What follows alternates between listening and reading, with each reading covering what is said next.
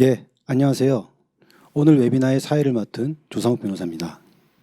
오늘의 웨비나는 율촌 경영노동포럼의 첫 번째 행사입니다. 본격적인 웨비나 진행에 앞서서 율촌 경영노동포럼에 대해서 간단하게 소개드리겠습니다. 율촌 경영노동포럼은 기업의 중요한 인사노무 현안을 선정해서 율촌의 노동팀, 그리고 학계, 그리고 현업의 노동문제 전문가들이 자유롭게 의견을 교환하는 오픈 포럼입니다. 이번 웨비나를 시작으로 분기별로 기업의 인사 노무상의 중요한 현안에 대한 웨비나 행사를 개최할 계획을 가지고 있습니다. 이러한 웨비나 행사와 계속 이어지는 다양한 다른 행사를 통해서 기업이 적법하고 합리적으로 인사 노무 제도를 수립하고 실행하는 데 있어서 조금이나마 기여하고자 합니다. 앞으로도 많은 관심을 부탁드리겠습니다. 네, 이 정도로 저희 율촌 경영노동포럼에 대한 소개를 마치고요. 이제 본격적으로 웨비나를 진행하도록 하겠습니다.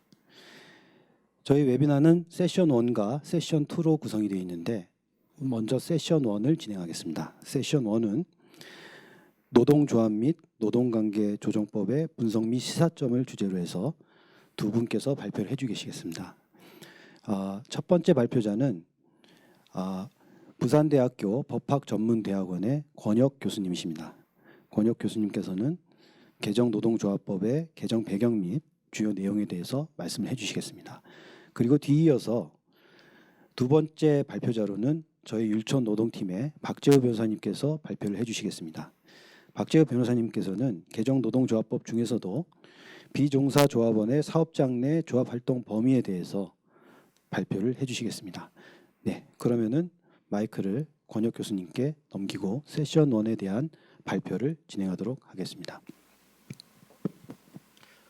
예, 반갑습니다. 저는 부산대학교 법학전문대학원의 권혁입니다. 오늘 노조법 개정된 부분에 관한 배경 또 주요 내용에 대해서 아주 간략하게 말씀을 드리도록 하겠습니다.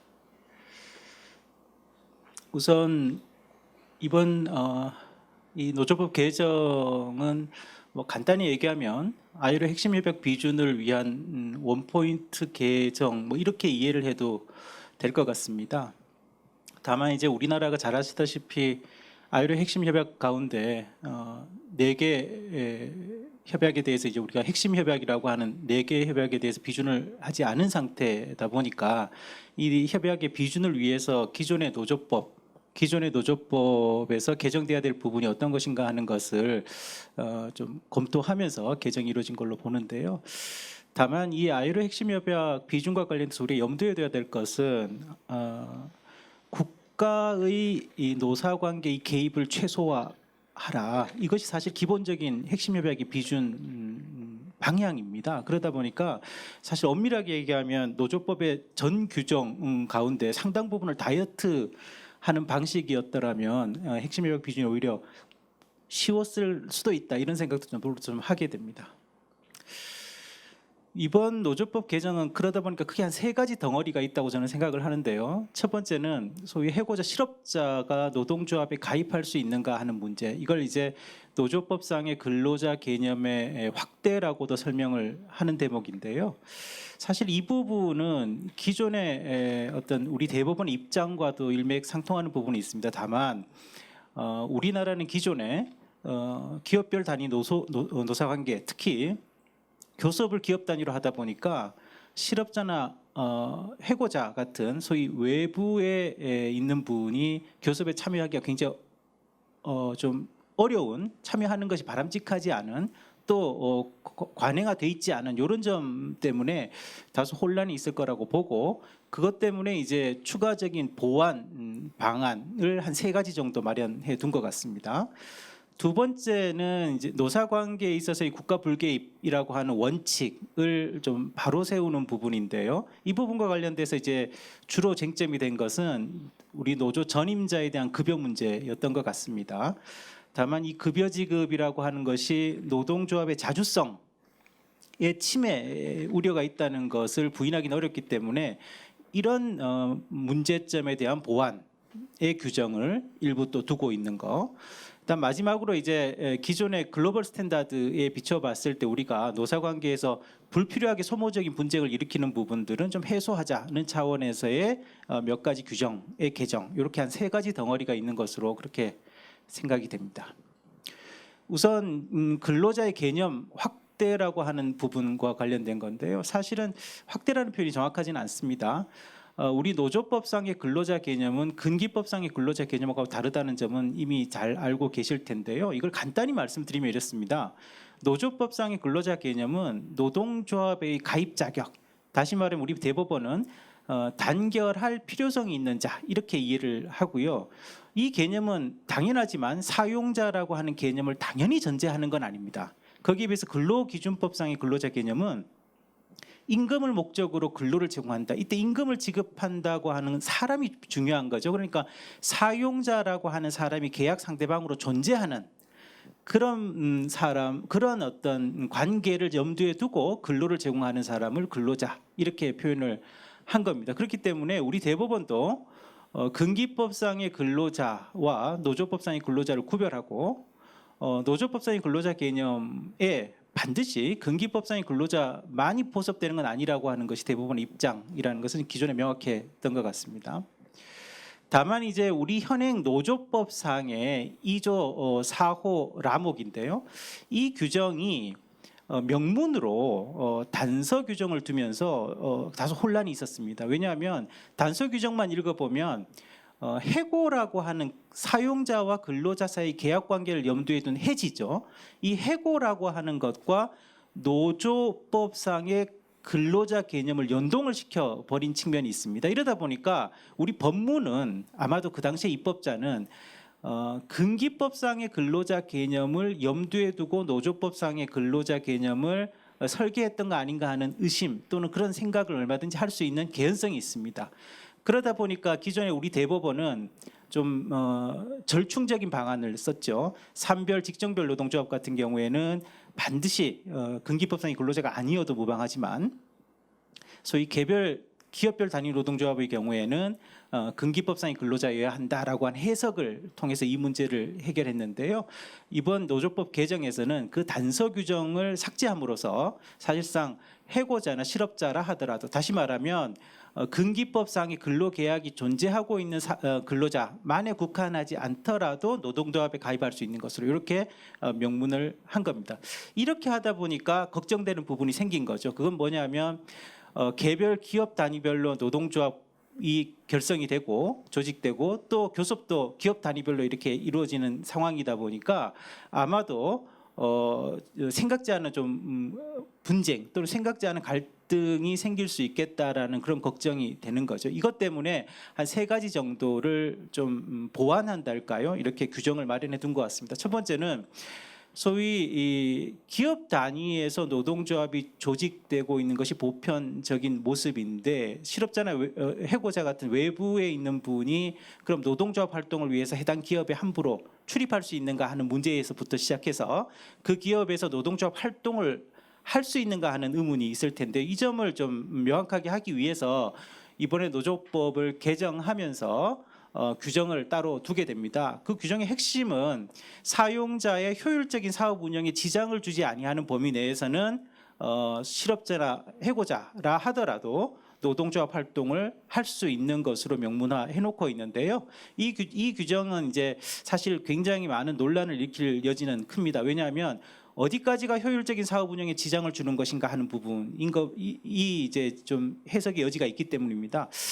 저는 사실 이 효율적이라고 하는 이 표현에 굉장히 주목하고 있습니다. 왜냐하면 저 효율적이라고 하는 표현은 보통 노동법 또는 법 규정에서 잘 쓰지 않는 표현입니다. 왜냐하면 법 규정은 최저 기준을 제시하는 것이지 저렇게 추가적인 이익을 지향하는 행동 또는 효율성이라고 하는 어떤 개념을 잘 사용하지 않기 때문에 그렇습니다.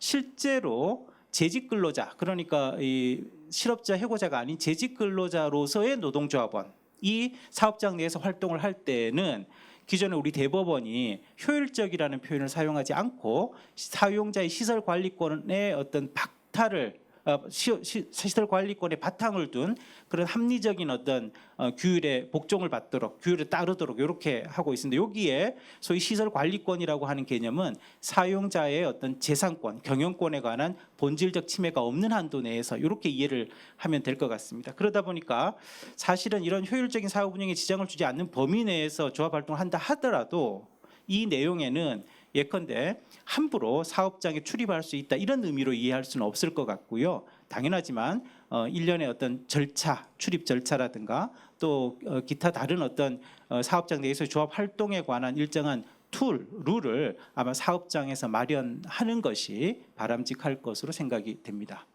그 다음에 노조의 임원과 대의원의 자격을 소위 사업장에 종사하는 근로자 로 국한하는 규정을 두었습니다.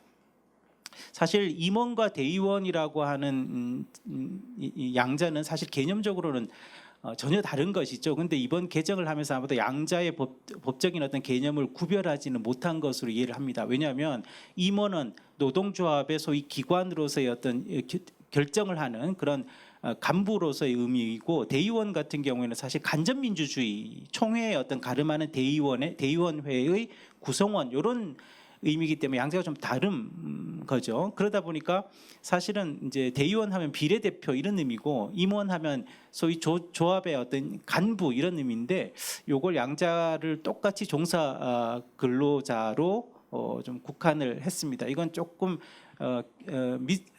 개념을 좀 충실히 안 살핀 측면이 있다고 보는데요. 그럼에도 불구하고 어쨌든 이렇게 임원과 대의원의 어떤 자격을 비종사 근로자인 조합원의 경우에는 좀 뺀 이런 측면이 있습니다. 이건 아마도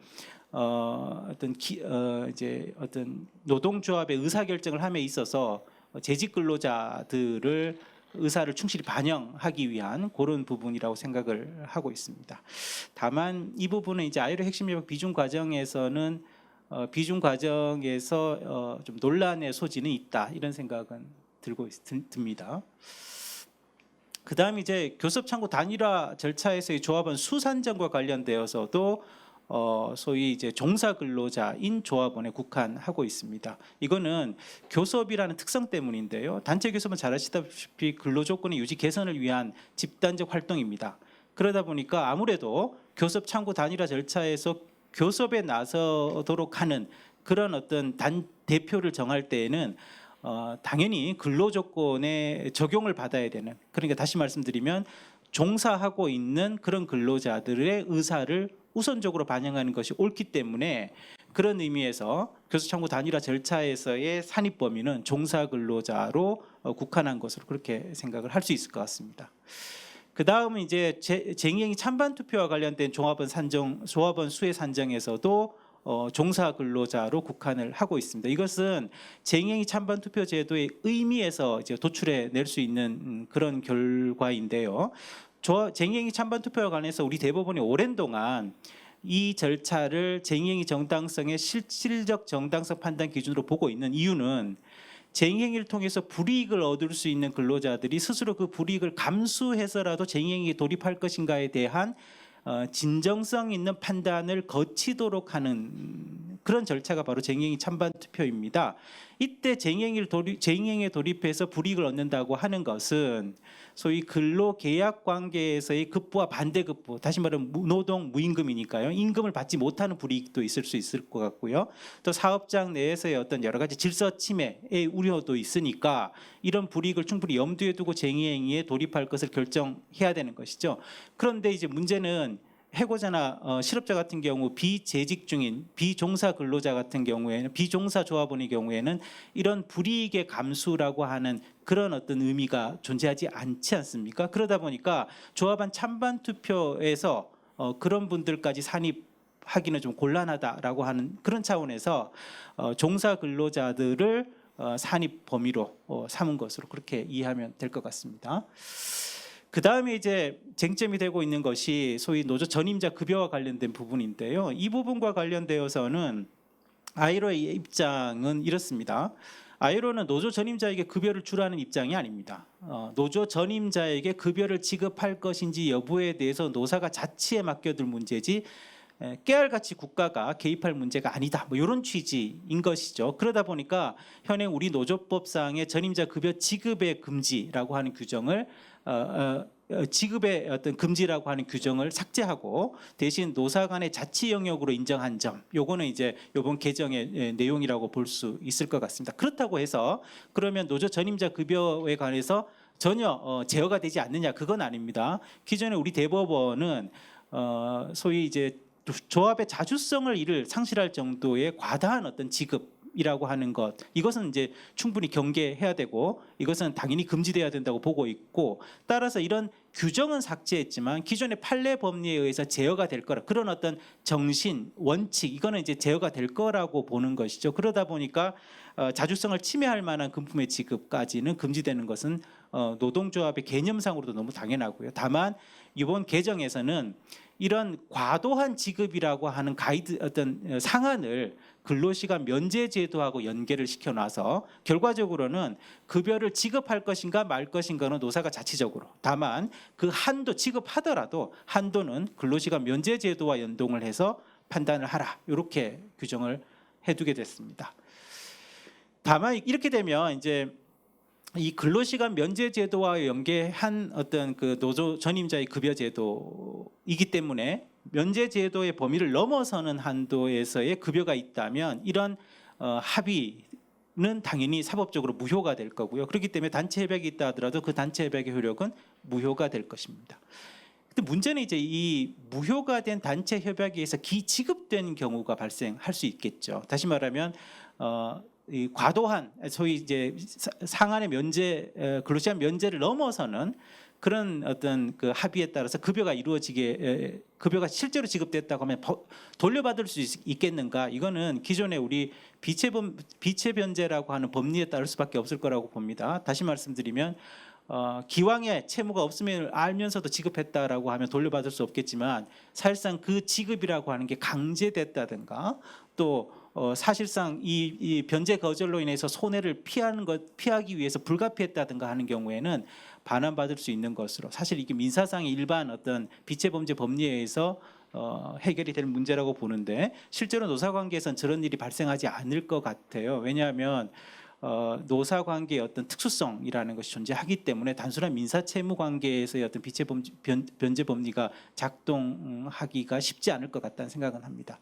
두 번째는 이제 공법적 효력인데요. 전임자 급여 문제하고 근로시간 면제 제도를 연계하면서 부당노동 행위하고 다시 결부를 시킵니다. 다시 말씀드리면 근로시간 면제 제도를 일탈하는 그런 어떤 급여의 지급을 요구하고 여기에 응해서 이걸 지급하게 되면 우리 노조법상의 소위 이제 그 부당노동 행위에 해당하는 것으로 이렇게 판단을 하고 명문의 규정을 두고 있습니다. 실은 이제 우리 노조법상의 부당노동 행위와 관련된 81조 제4호 규정은 우리 헌법재판소가 2018년도에 내린 그런 어떤 헌법 불합치 판결을 보완하는 그런 이제 차원에서 이루어졌고요. 본문은 대신 이제 근로시간 면제 한도를 초과하여 급여를 지급하는 경우에 소위 그 부당노동행위에 해당한다고 하는 부분은 2021년 1월 5일 개정에서 이제 반영을 한 것으로 보입니다. 이제 노조 전임자 급여 제도와 근로시간 면제 제도를 연계하면서 이제 동시에 삭제한 규정이 하나 있는데 이게 이제 쟁의행위에 관한 겁니다. 우리 법에는 과거에는 이런 급여 지급을 요구하는 행위에 대해서 쟁의행위를 하지 못하도록 하는 명문의 규정을 뒀는데 이걸 삭제를 했지요. 이러다 보니까 이제 쟁의행위를 할 수 있다라고 이제 그 해석을 하게 되는데 분명한 것은 이 쟁의행위의 판단에 관한 원칙이 존재한다는 겁니다. 첫 번째는 소위 교섭의 대상이 아닌 것에 대해서 쟁의행위를 요구하는 것, 이거는 교섭을 요구하는 것, 이거는 허용될 수 없고요. 또 교섭을 요구할 수 없기 때문에 쟁의행위해서도 안 됩니다. 문제는 목적이 섞인 경우인 거죠. 여기에 대해서 우리 대법원의 입장이 명확한데요. 주된 목적, 진정한 목적이 다른 데 있고 이런 허용되지 않는 그런 어떤 교섭이 허용되지 않는 부분에 대한 교섭은 부수적인 것이다. 교섭이 부수적이다. 이렇게 하면 그런 어떤 부수적인 것이 불법 위법이다 해가지고 전체 쟁의 행위를 불법으로 볼 수는 없다. 이게 우리 대법원의 입장입니다. 그러다 보니까 사실은 면제 한도를 넘어서서 급여를 요구하는 경우에 이것이 부수적 목적으로서 작동하는 것이었다라고 하면 전체 쟁의 행위의 정당성을 부정하기는 좀 어렵게 되어 버렸다 이런 생각이 들고요. 이것도 굉장히 좀 노사관계에서 좀 고민거리일 수 있겠다는 생각이 듭니다. 그 다음에 이제 단체 협약의 유효 기간의 상한을 2년에서 3년으로 연장한 대목인데요. 이거는 사실 외국의 경우에 비춰봤을 때도 우리가 기존의 노사의 자치의 유효 기간이라고 볼 수 있죠. 협약의 유효 기간이 지나치게 좀 짧았던 측면이 있었던 것 같습니다. 독일 같은 경우에는 독일은 대부분 집단 노사관계에서는 별도의 규정을 많이 두고 있지는 않은데요. 그 가운데서도 이 단체 협약의 유효 기간도 마찬가지입니다. 협약 자체에 맡겨두고 있고요. 일본의 경우에는 3년을 초과할 수 없도록, 또 프랑스 같은 경우에도 협약 자체를 원칙으로 하되 만약 규정을 둔다고 하면 5년을 초과할 수 없는 것으로 이렇게 규정을 해두고 있습니다. 이런 점에 비춰보면 사실 이제 글로벌 스탠다드에 맞춘 측면도 있는 것 같고 그렇습니다. 그다음 이제 마지막으로 쟁의행위의 직장 점거 부분인데요. 이 직장 점거와 관련된 규정을 일부 보완해서 37조 3항을 신설을 한 부분입니다. 사용자의 점유를 배제해가 조업을 방해하는 행위는 쟁의를 해서는 안 된다라고 규정을 둔 부분인데요. 저는 개인적으로 우리나라 노사관계에서 굉장히 좀 왜곡된 또는 우리나라 노사관계 쟁의행위에서 굉장히 좀 아쉬운 대목이 사실 직장 점거였습니다. 직장 점거는 외국의 경우에도 굉장히 엄격하게 바라보는 영역인데 우리는 기존의 직장 점거를 통한 쟁의 행위가 굉장히 보편적으로 좀 활용됐던 측면이 있어서 이게 오히려 노사관계 갈등을 좀 유발하는 굉장히 촉매제 같은 역할을 했다는 생각을 하게 되는데요. 다만 이번에 이 개정 규정이 들어간 것을 굳이 ILO 핵심 협약 비준과 관련된 또는 ILO의 입장과 연계를 해보면 ILO 같은 경우에서 ILO는 결사자유위원회에서 이런 얘기를 합니다. 소위 파업권 행사를 함에 있어서 중요한 것이 두 가지라는 거죠. 사용자의 경영권, 재산권에 대한 본질적 침해가 있어서는 안 된다는 거. 두 번째는 파업에 불참한 소위 일을 하고자 하는 근로자들의 일할 권리를 침해해서는 안 된다는 것. 이 두 가지를 강조를 합니다. 여기서 이제 후자죠. 소위 이제 파업에 참여하지 않은 근로자들의 일할 권리를 사실 직장 점거를 통해서 침해받는 일이 상당히 발생할 위험이 있죠. 실제로 이것이 이제 노노 간의 어떤 갈등을 유발할 여지도 있고요. 그런 점에서 37조 3항을 둬서 사용자의 점유를 배제하는 거, 요 요건이 하나 있을 테고요. 또 조업을 방해하는 형태라고 하는 이런 어떤 속성, 점유를 배제하고 더하기 조업을 방해하는 이런 속성의 어떤 그 쟁의 행위를 금지하도록 하는 것. 기존에 이제 직장 점거에 대한 제한은 42조에 있었고 지금 저 규정이 유지가 되고 있는데 42조는 성격이 조금 다릅니다. 42조는 장소적인 제한이죠. 그러니까 생산, 기타 주요 업무와 관련되는 시설에 있어서는 점거를 하는 방식으로 쟁행을 못한다. 이때 이런 점거는 우리 법은 적어도 폭력 행위로 이해할 정도로 이제 보는 겁니다. 그건 42조는 살아 있는 거고요. 대신 37조 3항의 경우에는 그런 어떤 직장 점거라고 하는 것이 사용자의 점유를 완전히 배제할 우려, 또 조업을 방해한다고 하는 것은 동시에 사용자의 어떤 재산권 침해도 있지만 동시에 근로자들의 일할 권리를 침해할 수 있는 부분까지도 감안한 그런 속성의 직장 점거 규정을 둔 것이다 해서 약간은 좀 다른 앞에 거는 속성, 뒤에 거는 공간의 어떤 그런 어떤 제한 이런 측면인 것으로 이해가 됩니다. 예, 급하게 설명을 드렸는데 제가 너무 설명이 잘 됐는지 모르겠습니다. 예, 감사합니다. 네, 권혁 교수님 대단히 감사합니다. 권혁 교수님께서 개정 노동조합법의 배경 및 주요 내용에 대해서 일목요연하게 잘 설명을 해주셨습니다. 그럼 이제 조금 특정한 이슈로 깊이 있게 들어가서 두 번째 세션을 한번 진행해 보도록 하겠습니다. 두 번째 세션은 저희 율촌 노동팀의 박재호 변호사가 비종사 조합원의 사업장 내 조합 활동의 범위에 대해서 설명을 해주시겠습니다. 네, 마이크를 박재호 변호사님께 넘기도록 하겠습니다. 안녕하십니까, 박재호 변호사입니다. 제가 저는 이제 이번 발표를 통해서 개정 노조법 가운데 중요하다고 생각되는 비종사조합원의 사업장 내 조합 활동에 대해서 말씀드리겠습니다. 여기서 비종사조합원이라고 하면 회사와 고용관계가 없는 기업별 노조 또는 산업별 노조, 소기업별 노조의 조합원을 말하는 것인데요. 보통 이제 해고된 조합원이나 산별노조 조합원을 생각하시면 될 것 같습니다. 이 쟁점이 왜 중요하다고 생각하는지에 대해서는 본문에서 말씀드리겠습니다. 개정노조법은 5조 2항에서 비종사 조합원의 조합 활동권에 대해서 규정하고 있는데요. 한번 읽어보겠습니다. 사업 또는 사업장에 종사하는 근로자가 아닌 노동조합의 조합원은 사용자의 효율적인 사업 운영에 지장을 주지 않는 범위 내에서 사업 또는 사업장 내에서 조합 활동을 할 수 있다라고 정하고 있습니다.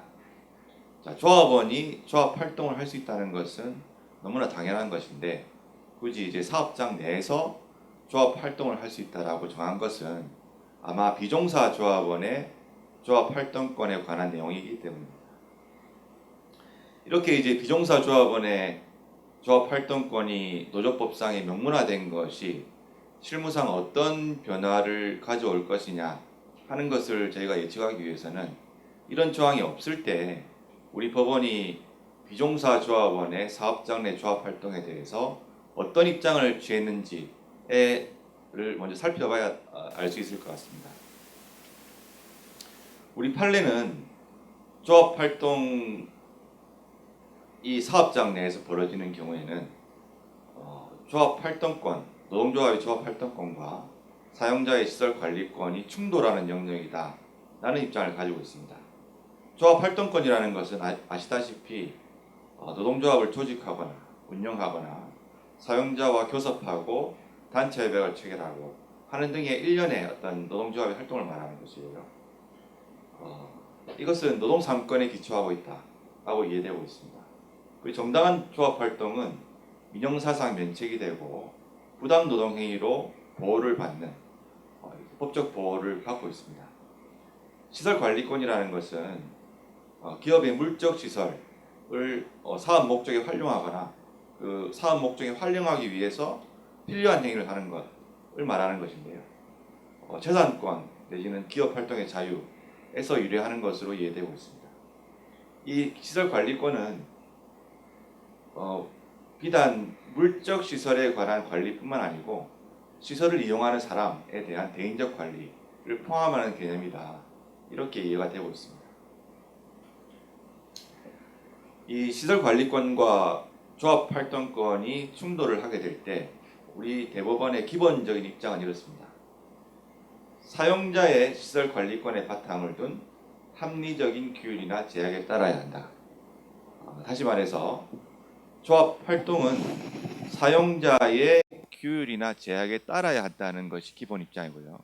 동시에 그 규율이나 제약은 합리적이어야 한다는 것을 요구하고 있습니다. 구체적인 사례에서는 이 조합 활동권과 시설 관리권을 비교 형량에서 판단을 하게 되는데요. 그때 이제 고려되는 요소들이 조합 활동의 필요성, 그리고 긴급성, 개별적인 어떤 조합 활동에 이 가지는 행위 태양, 그리고 시설 관리권이 침해되었느냐, 그 침해되었다면 얼마나 침해되었느냐 하는 것들을 종합적으로 고려해서 판단을 내리고 있습니다. 이것이 이제 그 시설 관리권과 조합 활동권, 기업 시설 내에서의 조합 활동에 관한 우리 대법원의 어떤 총론적인 입장이라고 할 수 있습니다. 자, 이하에서는 강론으로 들어가서 어떤 상황에서 케이스들이 문제되는지를 말씀드리겠습니다. 실무상 많이 문제가 되는 것은 우리 회사의 직원이 아닌 산별노조의 조합원이 우리 회사에 출입할 수 있느냐 하는 것인데요. 이게 출입 권한에 관한 문제입니다. 우리 법원의 입장은 대체적으로 산별노조 관계자가 일상적 조합 활동을 하기 위해서 사업장을 출입할 수 있는 권한이 있다라고는 보지 않고 있습니다. 이 케이스는 노동조합이 회사를 상대로 출입 방해 금지 가처분을 신청한 사건인데요. 법원은 뭐라고 판단했냐고 하면 불가피하게 상급 조직의 간부들이 사업장에 출입해야 하는 경우, 예를 들어서 단체 교섭 위원으로 선임되었는데 교섭 장소가 사업장 내인 경우, 또는 단체 협약의 상급 조직 간부들의 사업장 출입이 보장되어 있는 등 특별한 사정이 있는 경우는 변론으로 하더라도 고용 관계가 없는 상급 조직 간부가 개별 분야의 일상적인 조합 활동을 지원하기 위해서 사업장에 임의로 출입할 권리가 인정된다고 보기는 어렵다. 라고 판시를 했습니다. 두 번째 사안은 산별노조 간부를 이렇게 비정상적인 방법으로 출입하게 한 직원에 대한 징계가 정당한지에 관한 사례입니다. 여기서도 우리 그 법원의 입장을 보면 특정 사업자의 사업장 내부에 위치한 노동조합 사무소에 출입하면서 노조 활동을 하는 것은 원칙적으로 그 사업장에 고용된 근로자에 한정된다. 조합의 상급 간부 등 사업장 소속이 아닌 조합원은 단체 협약에서 따로 출입을 허용하는 규정이 있거나 정당한 조합 활동을 위하여 출입이 필요한 특별한 사정이 있는 경우에 한하여 출입이 허용된다. 라고 하면서 징계의 정당성을 인정했습니다. 대법원도 이런 판시를 한 적이 있는데요. 이런 같은 취지의 이 사안은 노사 분규가 일어난 사업장에 현장 감독을 간, 현장 지도를 간 노동 근로감독관을 폭행한 사안에서 그 공무집행의 정당성이 문제된 사안인데요.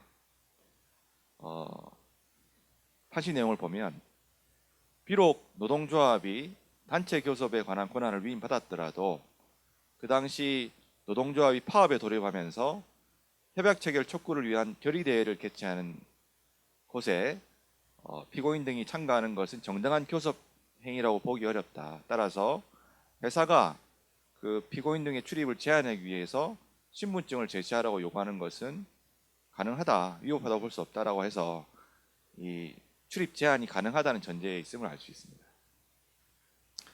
반면에 이제 단체 협약 내에서 사업장 내 조합 활동을 보장한 경우는 출입 권한이 인정되는데요. 이 케이스에서는 보면 단체 협약 제9조에서 조합원의 정당한 조합 활동을 자유로이 보장한다는 내용이 있고 13조에서 보면은 조합의 회사 내 홍보 활동을 보장한다는 내용이 있습니다.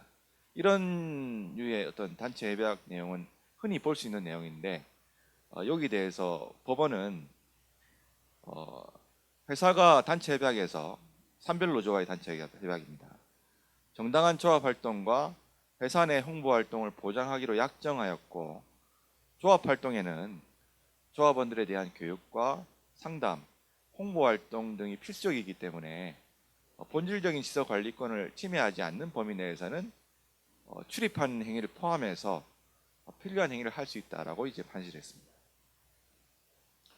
해고된 조합원에 대한 케이스는 앞에서 말씀드린 그 산별노조 관계자와는 조금 이제 다른 취지인데 해고된 조합원의 경우에는 사업장 내 조합 사무실 출입은 인정하는 경향이 있습니다. 판시 내용을 보면 피고인이 조합원의 자격으로서 노조 사무실에 들어가는 것은 정당한 행위로서 회사 측이를 제재할 수 없을 것이라고 하면서 따라서 경비원의 재질을 뿌리치고 들어가는 것은 건조물 침입죄로 처벌할 수 없다. 하지만 그 뒤의 내용을 보면요. 그렇게 들어가서 조합 사무실에 들어간 것이 아니라 식당에서 유인물을 배포한 것은 이것은 조합 사무실에 들어가기 위해서 회사 내에 들어간 것이 아니기 때문에 건조물 침입죄가 성립한다. 이런 판단을 내렸는데요. 상당히 좀 엄격한 입장인 것을 알 수 있습니다. 반면에 지금까지는 이제 출입 권한에 관한 얘기였고요. 반면에 이제 그 출입 권한이 아니고 물리적 충돌 없이 들어가서 뭐 오픈된 사업장일 수 있겠죠. 평화롭게 그러니까 물리적 충돌 없이 들어가서 한 조합 활동이 예를 들어서 주거 침입이나 뭐 퇴거 불응의 범죄가 성립하는지에 대해서는 대체로 부정하는 경향이 있습니다. 이 케이스는 산업안전보건법 위반 증거를 수집하기 위해서 산별노조 간부가 이제 사업장에 들어간 케이스인데요. 판시 내용을 보면 공장의 시설이나 설비를 작동시키지 않은 채 단지 눈으로 살펴보았을 뿐으로 그 시간도 30-40분 정도에 그쳤다. 현장 순회 과정에서 폭행 협박하거나 물리력을 행사한 적이 없다. 업무를 방해하거나 소란을 피운 사실이 없다. 이런 점 등을 근거로 무죄를 선고했고요. 이 사안에서는 단체 교섭이 결렬된 다음에 산별노조 간부들이 공장 내에 주차장에 들어가서 25분 정도 집회를 한 사안입니다. 이 사안에서도 법원은 전면 점거가 아니고 부분적이고 병전적인 점거다. 그리고 산별노조의 조합 활동으로서의 성격을 가지고 그 수단과 방법이 상당성이 없다라고 단정할 수 없기 때문에 무죄를 선고한 사례고요. 이 사례는 병원의 직원 식당 앞에서 점심시간에 식사를 마치고 나오는 직원들에게 홍보물을 배포한 사안인데요. 그것을 이제 회사가 퇴거를 하라고 요구한 것인데 불응한 것이죠. 법원은 이 행위의 동기나 시기, 태양 등의 측면에서 업무를 방해했다거나 지장을 초래해서 시설 관리권의 어떤 에 따른 규율이나 제약을 벗어나는 정도가 아니었다라고 해서 무죄를 선고했습니다. 자, 지금까지 이제 판례의 경향을 종합해 보면 기본적으로 사업장 내의 조합 활동은 사용자의 규율이나 제약에 따라야 한다라는 기본 원칙 하에서 구체적으로는 물론 평화롭게 물리적 충돌 없이 한 조합 활동이 무죄라고 했지만 그렇다고 해서 출입 권한을 인정한 것은 아니었거든요. 다시 말해서 사업장 내 조합 활동에 있어서는 사용자의 규율이나 제약에 따라야 한다는 것이 기본 입장이었습니다. 근데 이번 개정노조법이 비종사 조합원의 사업장 내 조합 활동권을 명문화함에 따라서 우리 법원도 이 명문화된 규정의 틀 내에서 판단할 수밖에 없을 것인데요. 이 규정의 문헌 형식을 보면 사용자가 그러니까 조합 활동이라는 점이 소명되면 사용자가 효율적인 사업 운영에 지장을 준다는 점을 입증하지 못한다면 사업장 내 조합 활동권이 인정되는 구조가 되어 있습니다. 그렇기 때문에 과연 기존의 어떤 판례가 보여줬던 출입 권한에 관한 입장이 이 개정노조법 하에서도 계속 유지가 될 것이냐 하는 것이 실무상 어떤 쟁점이 될 수 있고 앞으로 이 점에 관한 법상 분쟁이 많아지지 않을까 예측이 되고 있는데요. 예를 들어서 사업장 내에서 정말 사업 운영에 지장이 된다고 보기 어려운 활동, 직원 복지시설에서 홍보를 하겠다, 면담을 하겠다 라는 거에 대해서 어떤 규율을 할 수 있을까, 이것을 막을 수 있을까 하는 것이 앞으로 법률적으로 쟁점이 될 수 있다. 그리고 우리 법원의 판례를 향후에 판례가 어떻게 전개될 것인지 지켜볼 필요가 있는 부분이다 라고 생각이 됩니다. 네, 발표를 마치겠습니다. 네, 감사합니다. 저희 박지호 변호사님께서 이번 개정 노동조합법에서 새롭게 도입된 그 비종사 조합원의 사업장 내 조합 활동 범위에 대해서 발표를 해주셨습니다. 그러면 이제 세 번째 세션으로 들어가겠습니다. 세 번째 세션은 저희가 그 참여 신청을 받을 때 그 이 세션별로 질문을 많이 받았는데요. 특히 개정 노동조합법에 대해서 아주 많은 질문을 보내오셨습니다. 그 중에서 빈도가 높고 저희가 다룰 만한 가치가 있다라고 판단되는 것을 4가지 정도 골라서 거기에 대해서 질의응답 시간 한번 가져보도록 하겠습니다.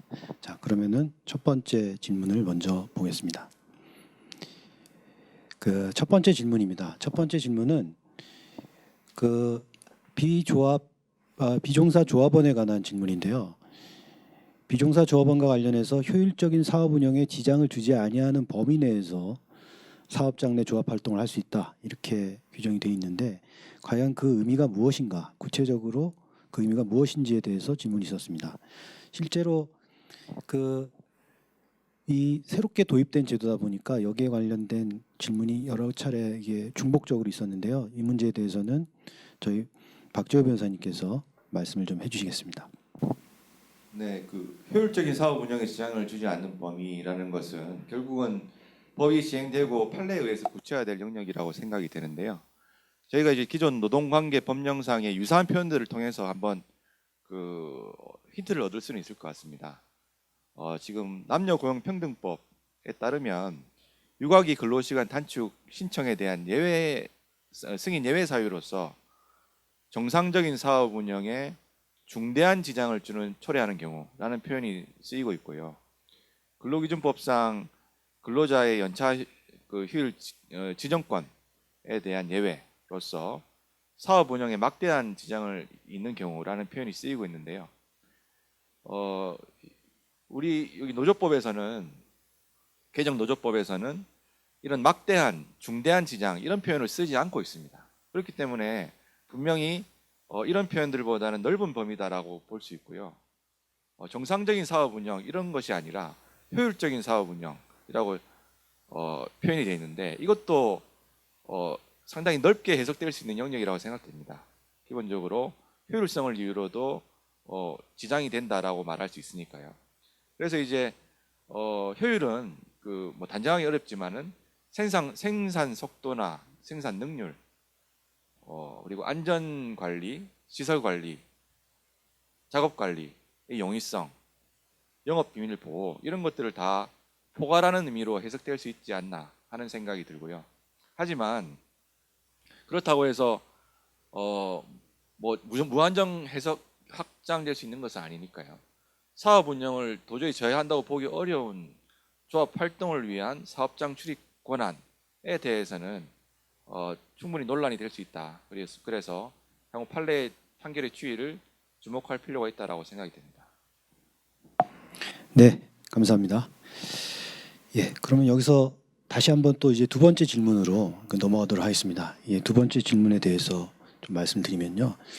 자, 두 번째 질문은 역시 비종사 조합원에 관한 질문입니다. 비종사 조합원이 단체 교섭이나 노사 협의회에 참여할 수 있는지, 비종사 조합원에 대해서는 상당히 그런 여러 가지 질문들이 이렇게 중복돼서 나오는데 이번에는 여기에 대해서는 권혁 교수님께서 좀 한번 답변을 주시도록 하겠습니다. 예, 말씀 주신 부분에 대해서 말씀을 드리겠습니다. 교섭이라고 하는 장에 나설 수 있는 사람에 대해서는 사실은 별도의 규제가 존재하지 않은 상황이기 때문에 비종사 조합원의 경우라도 교섭에 참여할 수 있고 또 이걸 막을 방법은 사실 없습니다. 실제로 우리 현행법 체계 내에서도 지금 교섭의 어떤 위임이라고 하는 것이 작동하고 있기 때문에 교섭이라고 하는 것이 반드시 재직 근로자에 국한해서 교섭에 참여해야 된다라고 하는 이런 메커니즘은 존재하지 않는 것으로 이해하는 것이 옳을 것 같고요. 다만 노사 협의의 경우에는 잘 아시겠지만 근참법상의 근로자의 개념이 근기법상의 근로자 개념을 받고 있습니다. 따라서 노사 협의회는 기본적으로 재직 근로자들을 중심으로 한 재직 근로자들의 대표체로서의 의미를 가지기 때문에 노사 협의회에 비종사 근로자인 조합원이 참여하기는 원칙적으로 좀 어려울 것으로 생각이 됩니다. 다만 요건 원칙이라는 말씀을 드리는 것은요. 사실 노사 협의회의 근로자 대표, 근로자 위원을 선출하는 방식을 보면 알 수 있는데요. 근로자 위원은 두 가지 방식이 있습니다. 첫 번째는 과반수 이상의 노동조합 같은 경우 노동조합 대표가 위촉하는 경우가 있고요. 두 번째는 그런 과반수 노동조합이 없는 경우에는 근로자들의 투표를 통해서 선거를 통해서 이제 근로자 위원을 선출을 하게 되는데요. 이 선출하는 경우, 다시 말씀드리면 투표를 통해서 선거를 통해서 선출하는 경우는 우리 시행령에서 명확하게 근로자 중에 입후보할 수 있도록 명확하게 시행령 3조일 겁니다. 명확하게 선을 그어놓고 있습니다. 그렇기 때문에 적어도 이런 어떤 근로자위원회 선출, 노사협의회를 위한 근로자위원회 선출에 관한 입후보 자격 자체가 근로자로 국한이 되어 있거든요. 그렇기 때문에 이런 것에 비춰보면 근로자위원회 자격은 아마 근로자일 거다. 그러니까 소위 이때 근로자는 근기법상의 근로자일 거다라고 해석할 수가 있겠죠. 다만 명문에 명시적으로 되어 있지 않은 대목이 하나 있는데요. 그게 뭐냐면 과반수 노동조합의 대표가 위촉하는 경우의 근로자위원입니다. 이 경우는 자격이 별도로 규정이 되어 있지 않은 측면이 있어서 좀 해석의 여지가 있지만 그럼에도 불구하고 우리 노조법상의 우리 노사협의회법상의 전반적인 근참법상의 어떤 노사협의회의 여러 가지 규정들, 근로자의 개념, 또 선출 근로자위원회 자격 이런 것들을 염두에 둬 본다면 또 노사협의회의 기능 뭐 이런 것까지도 고려해 본다면 근로자 이때 이제 노사협의회에서의 어떤 참여 자격은 종사 근로자로서의 조합원이 되지 않을까 그런 생각을 하고 있습니다. 예. 예, 교수님 감사합니다. 그러니까 그 비종사 조합원의 단체 교섭이나 노사협의회상의 권리 문제는 기존 법 체계와의 정합성 문제를 고려를 해서 해석을 해야 된다. 그래서 단체 교섭의 경우에는 교섭위원으로 참여할 수 있지만 그 노사협의회법상 노사협의회 근로자위원으로 참여하는 것은 원칙적으로 제한되지 않겠느냐 이런 취지의 좀 귀한 말씀 해주셨습니다. 네, 그럼 이제 다음 질의로 또 한번 넘어가도록 하겠습니다. 다음 질의는 세 번째 질의인데요. 이번에는 그 근로시간 면제자와 관련된 질의입니다. 근로시간 면제자의 급여 지급을 요구하는 쟁의행위를 할 경우 잠깐 다뤄진 이슈이긴 한데요. 여기에 대해서 과연 제재가 가능할까? 여기에 대해서도 저희 참여 신청자분들께서 질문을 해주셨습니다. 자, 이 문제에 대해서도 역시 그 저희 권혁 교수님께서 좀 말씀해 주시겠습니다. 예, 가장 이제 이번 법 개정 통해서 굉장히 우려스러운 대목인데요. 분명한 것은 소위 이 근로시간 면제 한도를 넘어서는 급여 지급을 요구하는 것 자체는 허용될 수 없는 것이 명확하고 위법한 것이고요. 또 여기에 이제 우리가 염두에 둬야 되는 것은 이것이 사용자의 어떤 부당노동 행위로 처벌될 수 있는 사항이라고 하는 사실입니다. 그렇기 때문에 근로시간 면제 한도를 초과하여 급여를 지급하는 것을 요구하는 교섭에 대해서는 사측이라면 당연히 이를 명확하게 거절을 하는 것이 맞고요. 그럼에도 불구하고 쟁의행위를 했을 때 이 쟁의행위가 정당하냐라고 물으면 이 쟁의행위의 정당성은 우리 발제에서 말씀드렸듯이 이런 어떤 급여 지급을 요구하는 것이 주된 어떤 쟁의행위의 목적이다라고 하면 이건 당연히 쟁의행위는 위법하고 불법한 것이기 때문에 민형사상 책임을 물을 수 있을 뿐만 아니라 제재, 징계 등의 어떤 기업 제재도 가능할 거라고 생각합니다. 그런데 문제는 이 급여 지급의 요구가 부수적인 목적일 때에 그리고 주된 목적은 임금 인상이고 부수적으로 이런 부분이 요구되었을 때는 어떻게 하느냐에 대해서는 우리 기존의 대법원 판례에 따르면 주된 목적을 가지고 판단하라 이렇게 되어 있죠. 그러다 보니까 사실은 이런 쟁의행위 전체를 불법 쟁의행위라고 위법하다라고 평가하기는 좀 어려워지는 측면이 있고 그런 한도에서 제재가 좀 어려울 수 있을 거라고 생각합니다. 다만 저는 그런 생각을 합니다. 이런 근로시간 면제 한도를 초과해서 급여를 요구하는 그런 교섭에 대해서 계속 거절하고 그런 교섭 요구에 대해서 적극적인 어떤 교섭 거절을 하는 걸 전제로 다른 교섭 사항에 대해서 교섭을 진행해야 될 것 같고요. 그럼에도 불구하고 쟁의행위에 돌입했다라고 하면 사실은 쟁의행위의 주된 목적을 판단함에 있어서 혹시나 급여 지급 초과된 급여 지급의 요구가 주된 목적이 아니었을까 하는 그런 어떤 판단의 여지가 좀 높아지는 판단의 개연성이 높아지는 그런 측면이 있을 거라고 봅니다. 다만 이게 여전히 현실적으로 우려스러운 것은 부당노동 행위의 처벌은 사실 노동조합 또는 조합원들의 주도적인 어떤 고발 뭐 이렇게 문제 제기로 발생하는 것인데요.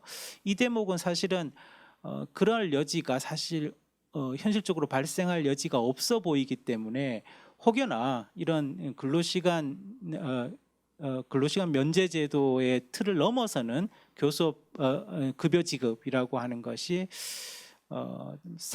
법의 사각지대에서 이루어지지 않을까 만연하게 이루어지게 되면 어떨까 하는 그런 걱정이 있는 것은 사실입니다. 그래서 이런 부분에 관한 어떤 고민은 계속 돼야 될 거라고 보고 있습니다. 예.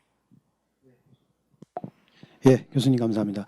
그러니까 개정 노동조합법 하에서도 그 근로시간 면제자가 그 초과 급여를 요구하는 쟁의행위 자체가 적법하게 인정되는 것은 아니다. 주된 목적이냐 부수적 목적이냐에 따라서 여러 가지 논의가 갈래를 칠 수 있다. 이제 이런 취지로 우리 교수님께서 말씀을 주셨습니다. 자, 이제 네 번째 질문, 마지막 질문입니다. 이 네 번째 질문인데요. 네 번째 질문은 이제 개별 교섭 시의 문제입니다. 복수노조 사업장에서 개별 교섭 시 차별 대우를 해서는 안 된다라는 것이 개정 노동조합법에 규정이 됐는데요. 만약에 개별 교섭의 결과 임단협 최종 타결 조건이 차이가 났다. 이런 차이가 발생하는 경우에 차별 대우 금지 원칙에 위반이 되는지에 대한 질문입니다. 여기에 대해서는 그 박지호 변호사님께서 그 말씀을 좀 해주시도록 하겠습니다. 네, 차별이 금지된다라고 해서 모든 노조를 획일적으로 똑같이 처우해야 된다라고 해석될 것 같지는 않습니다. 노조법이 개별 교섭이라는 형식을 인정하는 이상 그것 자체가 결과가 달라질 것을 상정하고 있기 때문입니다.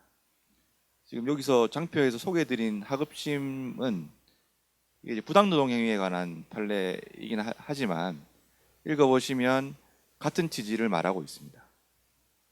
그래서 노조 간의 교섭력의 차이나 혹은 어떤 요구사항의 차이 등으로 결과적으로 처우가 달라지는 것은 금지되지 않을 것으로 예상이 되고요.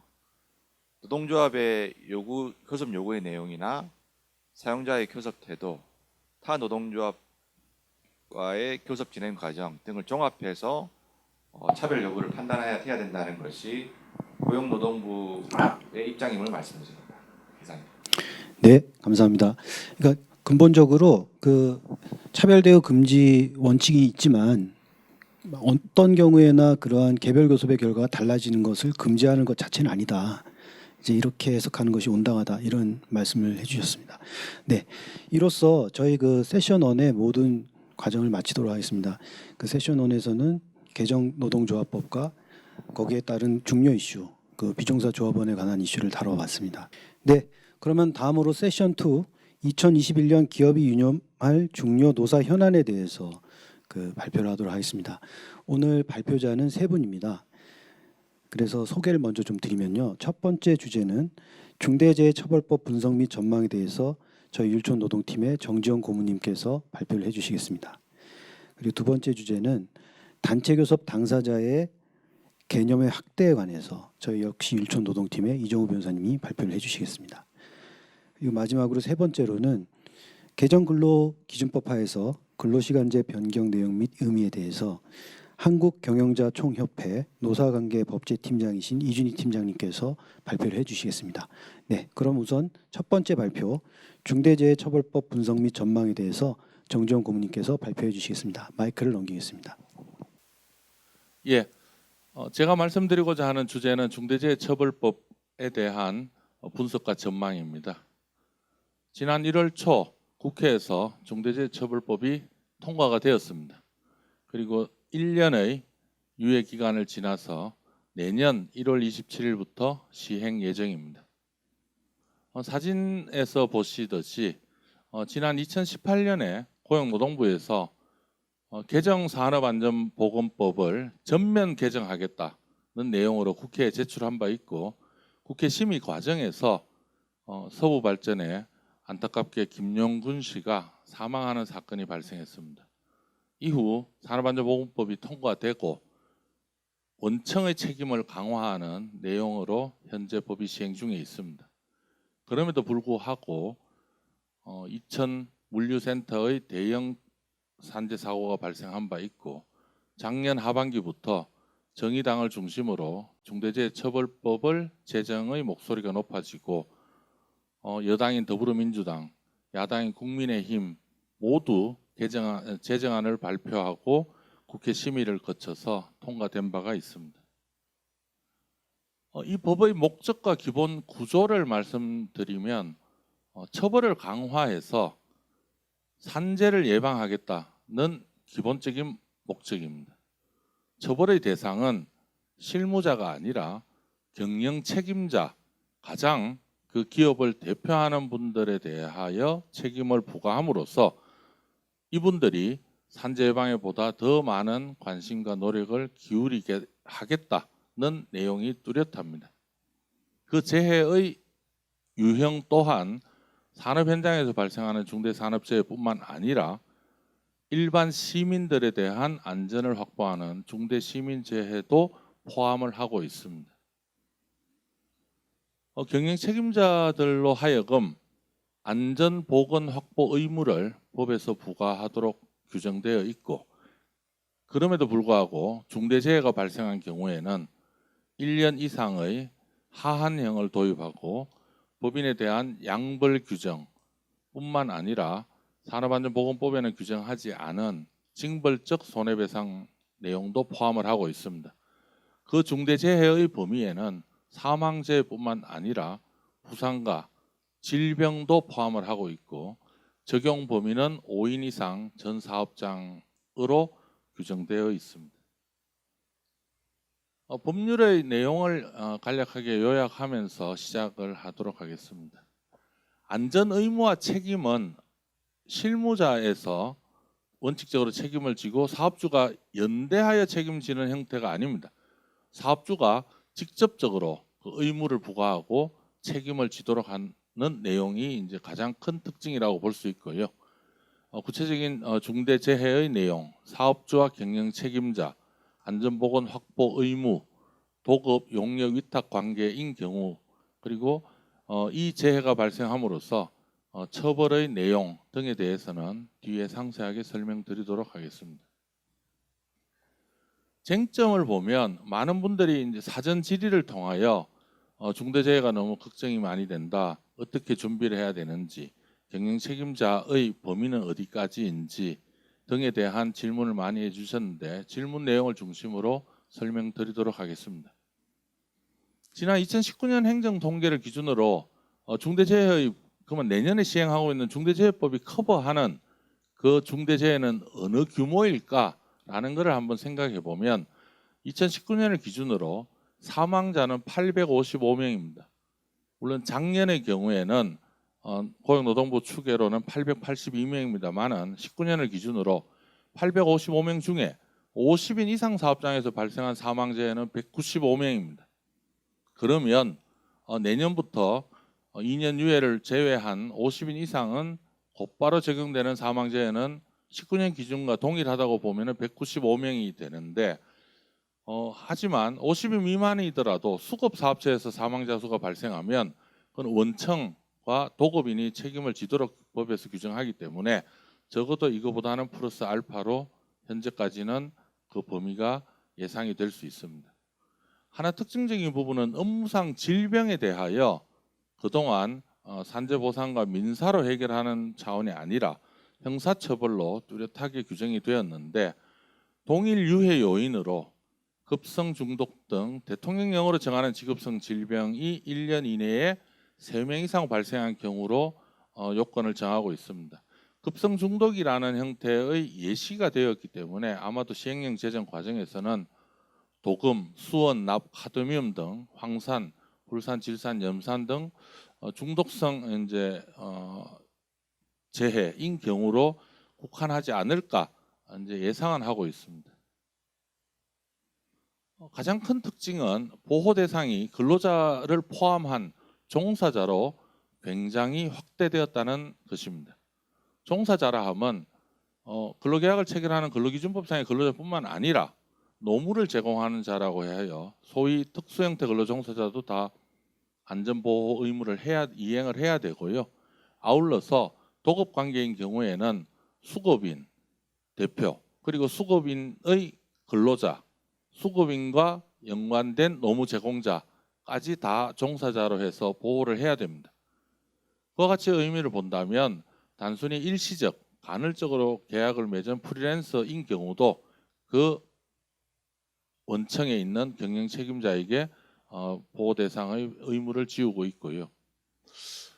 좀 헷갈리는 부분 중에 하나는 법 5조에서 4조와 동시에 도급 용역 위탁인 경우에도 제3자의 종사자도 보호하라라고 규정되어 있는데, 이미 법 4조에서 수급 관계에 있는 사람들을 다 보호하고 있는데 나머지 제3자의 종사자는 겹치는 부분이 분명히 있습니다. 겹치지 않는 부분은 사내냐 사외냐의 이제 부분이 있는데, 그건 법리적으로 조금 더 해석에 대한 논란이 있고 좀 더 법률적인 이제 논리가 좀 갖춰져야 될 것 같습니다. 가장 많은 관심이 쏠리고 있는 사업주와 특히 경영 책임자 부분입니다. 사업주는 개인 사업주이기 때문에 분명한데 법인인 경우에 그 회사와 기업을 대표하는 경영 책임자 규정을 사업을 대표하고 총괄하는 권한과 책임이 있는 사람 또는 이에 준하여 이렇게 되어 있습니다. 현재 산업안전법을 먼저 설명드리면 산업안전법에서 규정하고 있는 의무 주체인 사업주는 법인입니다. 법인을 위해서 행위하는 행위자는 안전보건관리 책임자로 규정되어 있고 예를 들어 본사와 현장이 다른 규모 크고 본사와 현장이 나누어져 있는 경우에는 통상적으로 현장이나 공장 단위에 안전보건 책임자가 부담을 해왔는데 하나 유념할 부분은 현재 산업안전보건법에서 그러면 대표이사는 책임을 지지 않는다라고 오해하시는 분들이 있는데 그 부분은 분명히 아니다. 대표이사 또한 안전보건관리 책임자 수준의 지휘감독을 행하거나 또 의무 불이행을 방임한 경우에는 현행도 대표이사가 책임을 지는데 중대재해법에서는 분명하게 경영 책임자가 직접적인 책임을 지도록 되어 있습니다. 제1의 경영 책임자는 역시 대표이사입니다. 대표 운영 방식을 그러면 우리는 다 총괄 단독이 아니라 공동으로 하겠다, 각자 대표로 하겠다 이런 식의 논의들이 많이 있는데 그렇다 하더라도 이제 앞부분에 이야기하고 있는 총괄 권한 책임이 있는 사람이 완전히 이제 업무 분장으로 나누어질 수 있느냐는 것은 조금 더 논의가 필요하다라고 말씀드리고 싶고요.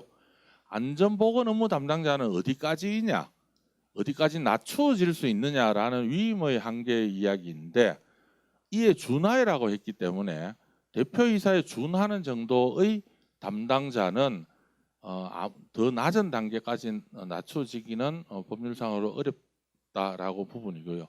또는에 대해서 많은 분들이 그러면은 대표이사 또는이라 했기 때문에 대표이사는 책임을 지지 않을 수도 있다라고 선택이다라고 엔드와 오어의 이야기를 많이 하는데 실무적으로 본다면 병존적 의미로 보수적으로 해석해야 되지 않을까 싶습니다.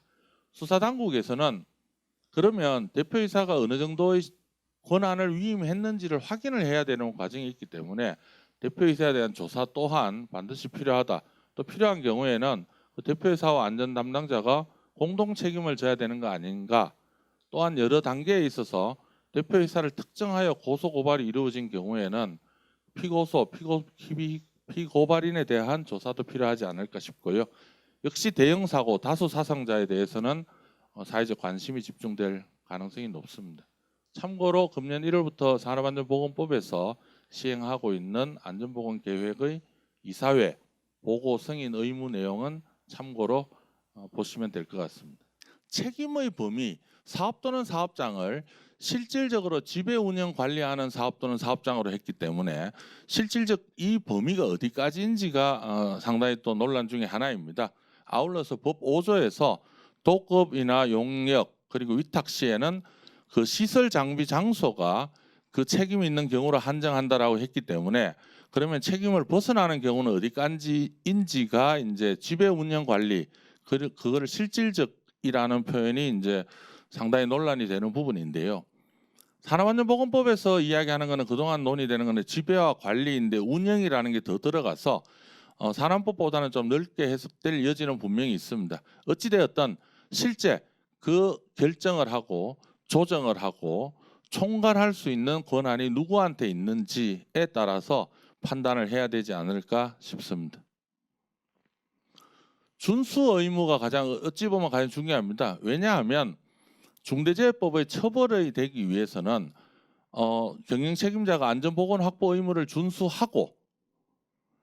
준수하지 않음으로써 중대재해가 발생한 경우입니다. 그러니까 안전보건 확보 의무를 준수한다면 중대재해 발생 여부와 관계없이 경영 책임자에 대해서는 면책이 되는 형태로 해석이 될 수도 있는 부분인데 그러면 안전보건 확보 의무가 어디까지인지가 가장 관건입니다. 현재로서는 1호부터 4호까지 규정을 하고 1호에서는 안전보건관리 체계의 구축과 이행에 대한 조치 2호와 3호는 좀 대통령령으로 위임을 하지 않고 곧바로 법률에서 규정했습니다. 사고 났을 때 재발 방지 대책을 이행해라. 그리고 근로감독을 나왔을 때 노동관청이나 지방자치단체에서 그 시정 지시를 명한 게 있으면 그 시정 지시를 이행하라라는 내용인데 4호가 조금 더 넓어 보입니다. 안전보건관계법령에 따른 의무 이행에 필요한 관리상의 조치 의무 이행 조치가 아니고 관리상의 조치라는 부분도 하나의 눈여겨볼 부분이고요. 어찌되었든 산업안전보건법에서 규정하고 있는 내용들은 좀 더 직접적인 안전보건 조치 의무인데 그것보다는 경영 책임자는 적어도 시스템 구축과 이행, 관리 조치 의무를 부과한 법률의 의미가 있지 않는가 싶고요.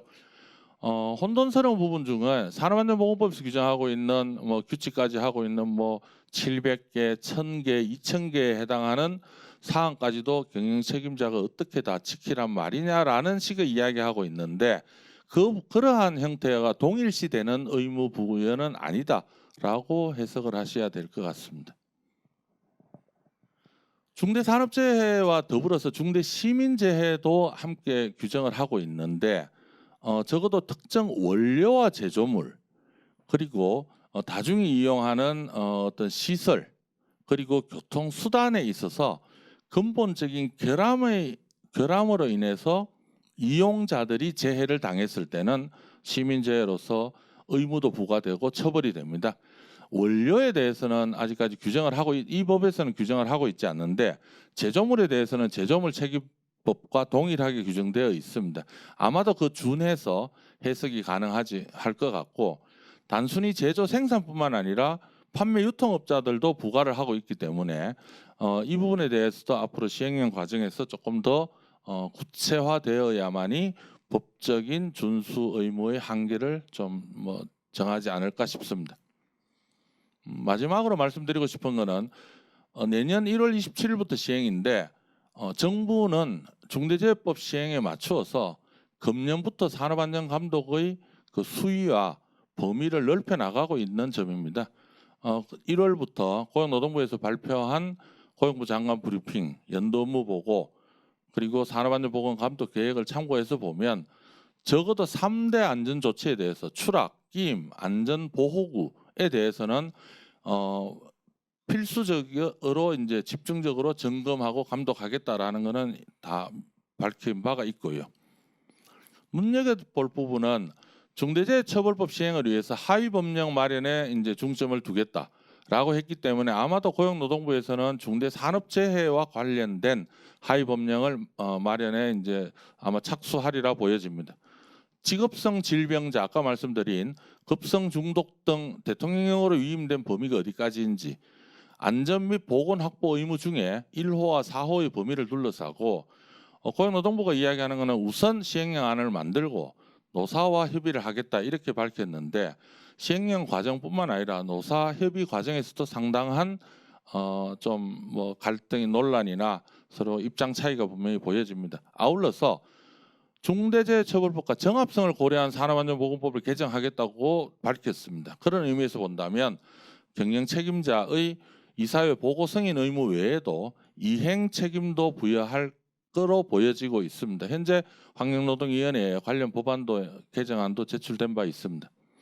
특히 집중되는 사망사고의 절반을 차지하는 건설업에 대해서도 중대재해가 반복 발생할 때는 본사도 감독하겠다라고 했기 때문에 본사에 대한 감독도 굉장히 중요한 이제 포인트로 눈여겨보고 준비를 하셔야 될 거로 보여집니다. 예, 이상 제가 준비한 내용으로 말씀드렸습니다. 감사합니다. 예, 고문님 발표 감사합니다. 지난 1월에 중대재해처벌법이 통과되고 내년 1월에 이제 시행이 되게 되는데요. 그 이후로 기업에 거대한 불확실성이 생겼다. 그래서 저희들이 굉장히 많은 질의를 받고 자문을 하고 있습니다. 그래서 경영 책임자 등이라든가 아니면 실질적 지배 운영 관리라든가 그 종사자 이런 여러 가지 새로운 개념들도 도입이 됐는데요. 그 중에서 중대시민재해에 대해서 간단히 좀 말씀드리고 싶습니다. 중대시민재해가 상대적으로 중대산업재해에 비해서 좀 어떨까 이게 조명을 못 받은 부분도 좀 있는 것 같아요 지금까지. 근데 사실은 중대재해는 중대산업재해와 중대시민재해로 구성되어 있고 이제 중대시민재해에 대해서도 16개 조항 중에서 상당히 많은 부분을 할애해서 다루고 있다. 그래서 여기에 대해서도 우리 기업들이 많이 관심을 가져야 될 거라고 생각을 하고요. 여기에 대해서는 저희 율촌에서는 그 3월 3일에 중대시민재해 세미나를 할 예정입니다. 많이 관심을 좀 가져주시면 좋겠습니다. 예, 그러면은 두 번째 발표를 진행하도록 하겠습니다. 두 번째 발표는 단체교섭 당사자 개념의 확대에 대해서 저희 율촌노동팀의 이정우 변호사님께서 발표를 해주시겠습니다. 마이크를 넘기겠습니다. 예, 안녕하세요. 율촌노동팀의 이정우 변호사입니다. 이번에 제가 다룰 주제는 단체 교섭 대상의 확대 경향이라는 주제입니다. 일단 단체 교섭 대상의 확대라는 주장이 다소 생소하실 수도 있는데 그 이유는 예전에는 주로 근로자성, 노조법상 근로자성의 확대라는 측면에서 다뤄졌기 때문에 이 논의가 아마 실무상 중심이 되었던 것으로 이해하고 있습니다. 그런데 현재는 단체 교섭 대상 확대의 두 개의 축을 같이 보셔야 될 필요성이 있습니다. 즉 2018년도에 대법원 판결이 선고되면서 노조법상 근로자성 확대에 대한 6가지 기준이 정립이 되었고 이를 기준으로 대법원은 다양한 사례에 대해서 노조법상 근로자성을 판단해 왔습니다. 최근에 들어서 더 주목을 받고 있는 논의는 노조법상 사용자성의 확대입니다. 그 이유는 노조법상 근로자성의 확대가 되더라도 결국 그 상대방이 되는 회사가 어딘지에 따라서 결과가 달라질 수 있기 때문에 사용자를 좀 더 확대해야 된다는 논의가 전개되고 있고요. 그래서 이 부분에 대해서 사실은 2010년도에 대법원 판결이 있기는 했지만 최근에 10년이 지난 시점에서는 다른 논의가 진행되고 있다고 보입니다. 그래서 이 부분에 대해서도 저희가 좀 살펴보도록 하겠습니다. 일단 노조법상 근로자성에 대해서 간단히 말씀을 드리겠습니다. 노조법상 근로자성에 대해서도 1990년대부터 쭉 대법원 판례가 있어 왔지만 현재 실무상 정립된 판례의 기준은 지금 제가 보여드리는 2018년 6월 15일자 판결입니다. 판례는 노조법상 근로자성을 판단함에 있어서 경제적 조직적 종속성과 인적 종속성이라는 기준을 가지고 판단하고 있고 경제적 조직적 종속성은 4가지, 인적 종속성은 2가지 정도로 이해가 되고 있습니다. 경제적 조직적 종속성이란 노무 제공자의 소득이 특정 사업자에게 주로 의존하고 있는지, 노무를 제공받는 특정 사업자가 보수를 비롯하여 노무 제공자와 체결하는 계약 내용을 일방적으로 결정하는지, 노무 제공자가 특정 사업자의 사업 수행에 필수적인 노무를 제공함으로써 특정 사업자의 사업을 통해서 시장에 접근하는지, 그리고 노무 제공자와 특정 사업자의 법률 관계가 상당한 정도로 지속적 전속적인지, 이 4가지가 소위 말하는 경제적 조직적 종속성입니다. 인적 종속성이라는 건 특정 사업자와 노무 제공자 사이에 어느 정도의 지위 감독 관계가 존재하는지, 그리고 노무 제공자가 특정 사업자로부터 받는 임금, 급료 등 수입이 노무 제공의 대가인지, 이 징표를 가지고 논의되고 있습니다. 그런데 조금 더 주목해야 될 부분은 이와 같은 6개의 징표 아래에 있는 대법원 판시의 내용입니다. 즉 대법원은 기본적으로 노조법상의 근로자에 해당되는지는 노무 제공 관계의 실질에 비추어 노동 3권의 보장할 필요성이 있는지 여부를 판단하고 있고 이 노동 3권의 보장할 사실 필요성이 있는지를 판단하는 요소로서 이러한 종속성들이 고려되고 있기 때문에 실무적으로는 과연 노동 3권을 보장할 필요성이 있는지가 중요한 쟁점으로 다뤄질 수밖에 없습니다. 2018년 판례 이후로 다양한 판례들이 후속적으로 나오고 있는데 오늘은 3가지 판례 정도를 간단히 말씀드리고자 합니다. 먼저 카마스터 사건이 있는데요. 대법원은 노조법상 근로자를 인정을 했는데 제가 이 판례를 소개를 드리고자 했던 이유는 구체적인 사안을 설명드리고자 하는 게 아니라 이 판례가 카마스터에게 대등적 지위에서 노무 제공 계약의 내용을 결정할 수 있도록 노동상권을 보장할 필요성이 있다라는 기준을 명확하게 얘기하면서 판단을 했다는 점을 말씀드리고자 합니다. 지금 그리고 진행되고 있는 2개의 사건이 있는데요. 택배기사 사건 같은 경우는 1심에서 노조법상 근로자성이 인정되어 있고 항소심에 계류되어 있는 사건입니다. 본건의 경우에는 구체적인 사실관계가 상당히 복잡한데 간단히 요약을 하자면 근로자성 인정에 유리한 요소와 불리한 요소가 상당히 공존하고 있는 사건이긴 합니다. 그런데 이 사건에서도 역시 하급심은 결국 노동 3권을 보장할 필요성이 있는지를 기초로 사실관계를 재구성을 하고 노동 3권의 필요성이 인정이 되기 때문에 유리한 요소와 불리한 요소를 다시 분류를 하여서 결국 노조법상 근로자성의 유리한 요소를 중심으로 노조법상 근로자성을 인정하였다는 점을 이해하실 필요가 있을 것 같습니다. 대리기사 사건은 지금 2개가 있습니다. 부산고등법원의 전통적인 대리기사의 노조법상 근로자성을 인정된 사건이 있고요. 이 건은 현재 대법원에 계류 중입니다. 또 하나는 최근 뉴스에서 많이 나왔던 사건인데요. 중노위가 플랫폼 대리기사의 노조법상 근로자성을 인정하고 있고 이 건은 행정법원에서 지금 계류되어 있습니다. 여기서 저희가 좀 주목해야 될 부분이 기존의 노조법상 근로자성은 상당히 전통적인 산업군에서 문제가 됐던 것들을 확인할 수 있습니다. 뭐 학습지 교사라던가 캐디라던가 이런 부분들이 있었다면 최근에는 노조법상 근로자의 전장이 결국 신규 사업군으로 확장되고 있습니다. 특히 요즘 플랫폼 종사자라는 개념이 뜨거운데요. 이것과 관련돼 있는 기업 그리고 신규 기업에서도 결국 노조법상 근로자성이 전반적으로 문제될 가능성이 높다고 보입니다. 다음으로 노조법상 사용자성에 대해서 살펴보도록 하겠습니다. 이 건을 이해하기 위해서는 작년 5월에 있었던 중노위 조정 절차를 조금 설명드리는 게 좋을 것 같습니다. 그 당시 두 개의 사건이 있었지만 하나의 사건을 중심으로 말씀을 드리면 전국 금속노동조합의 비정규직 지회 9개 회사의 비정규직 지회가 원청을 상대로 단체 교섭을 요구를 하였고 원청이 본인들이 노조법상 사용자가 아니라는 이유로 단체 교섭에 응하지 아니하자 중노위에 노동쟁의 조정 신청을 한 사건입니다.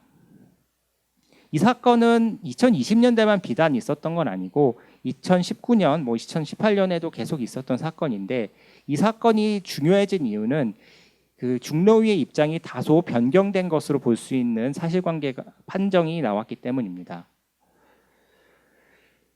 2019년 결정을 간단히 살펴보면 2019년도에도 회사는 약간 다르긴 하지만 비슷한 형태의 분쟁이 있었습니다. 그 당시에 중노위는 기본적으로 명시적이거나 묵시적인 근로관계가 있는지 여부를 기준으로 판단했고요. 그 기준에 따를 때 이와 같이 판단이 되지 않기 때문에 성립되어 있지 않기 때문에 행정 지도 형태로 조정 결정을 기각하였습니다. 그런데 2020년에 판정례를 보면 내용이 다소 변경된 것을 확인하실 수 있습니다. 즉 중노위는 아까 말씀드렸던 묵시적 근로관계설에 더해서 결국 원청이 근로조건에 관한 사항의 전부 또는 일부에 대한 구체적 실질적 영향력 내지 지배력이 있다면 이들도 단체교섭 의무를 부담하는 사용자에 해당할 수도 있다라는 새로운 기준, 정확히 말하면 이건 부당노동 행위에서 인정되었던 대법원의 기준을 끌고 와서 여기에 적시를 명확히 하고 또 실제 사건을 판단함에 있어서도 묵시적 근로관계도 성립되지 않았다. 그리고 구체적이고 실질적인 지배 결정관계도 없다라는 이유로 결론은 2019년과 동일하게 행정지도로 끝났지만 주목해야 될 부분은 향후 구체적 실질적 영향력 내지 지배력이 입증이 된다면 기존과 다른 기준 하에서 노조법상의 사용자성이 인정될 여지를 열어뒀다라는 부분은 반드시 좀 주목할 필요가 있다고 생각합니다. 요컨대 2020년 결정은 노동계 입장에서는 진일보한 결정이라고 볼 수 있습니다. 그 묵시적 근로관계설이라는 것은 사실상 근로기준법상의 근로자에 상응한 정도의 계약관계가 있어야지만 노조법상 사용자성이 성립한다는 그런 것이 전제되어 있다면 2020년 결정에서는 거기에 이를 것까지는 없고 실질적 지배력 유무에 대한 것을 판단해서 이게 인정이 된다면 노조법상 사용자성이 인정될 수 있다라고 결정을 하였기 때문입니다.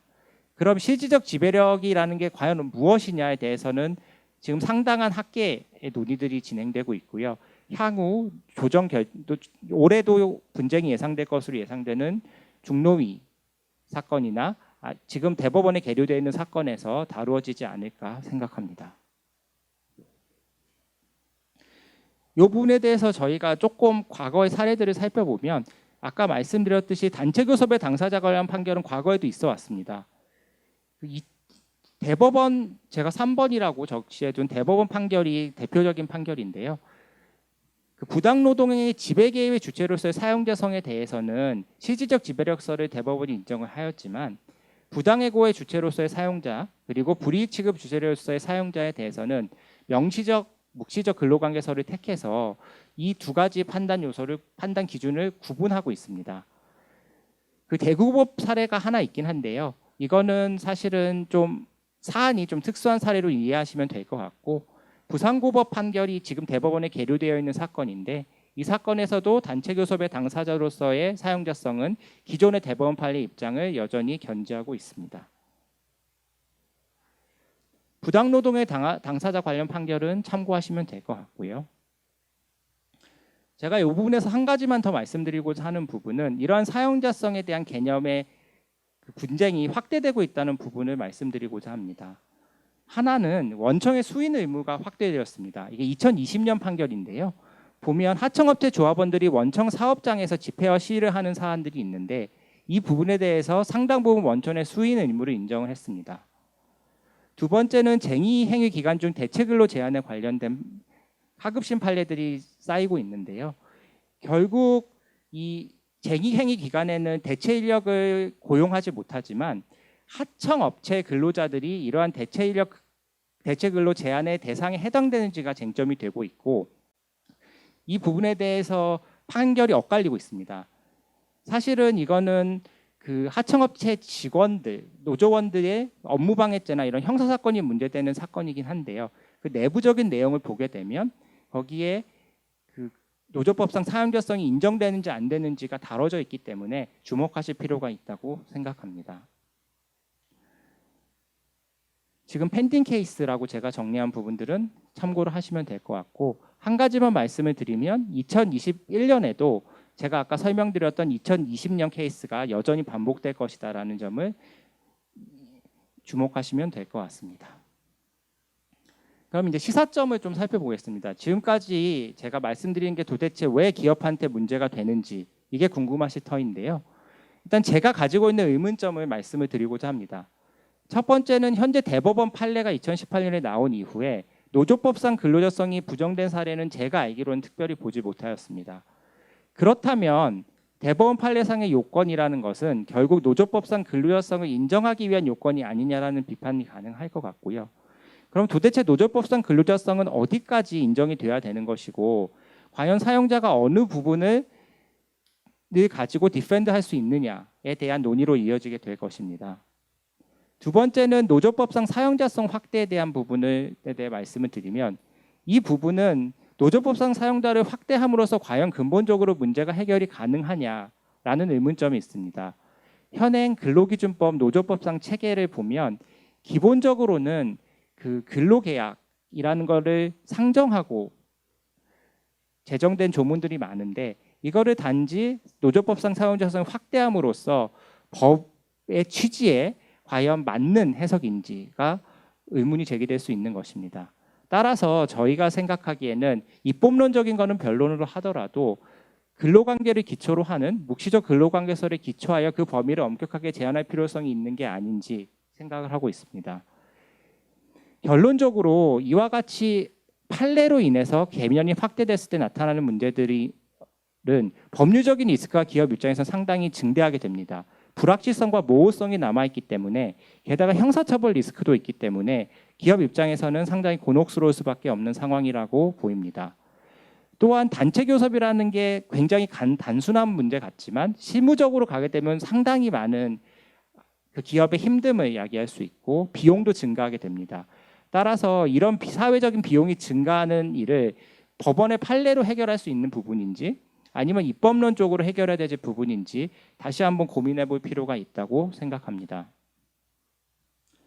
기업들에 미치게 될 영향을 조금 더 구체적으로 말씀을 드리면, 그 단체 교섭에 응하지 않을 경우에는 그 형사처벌, 부당노동행위에 따른 형사처벌이 발생하게 되는데요.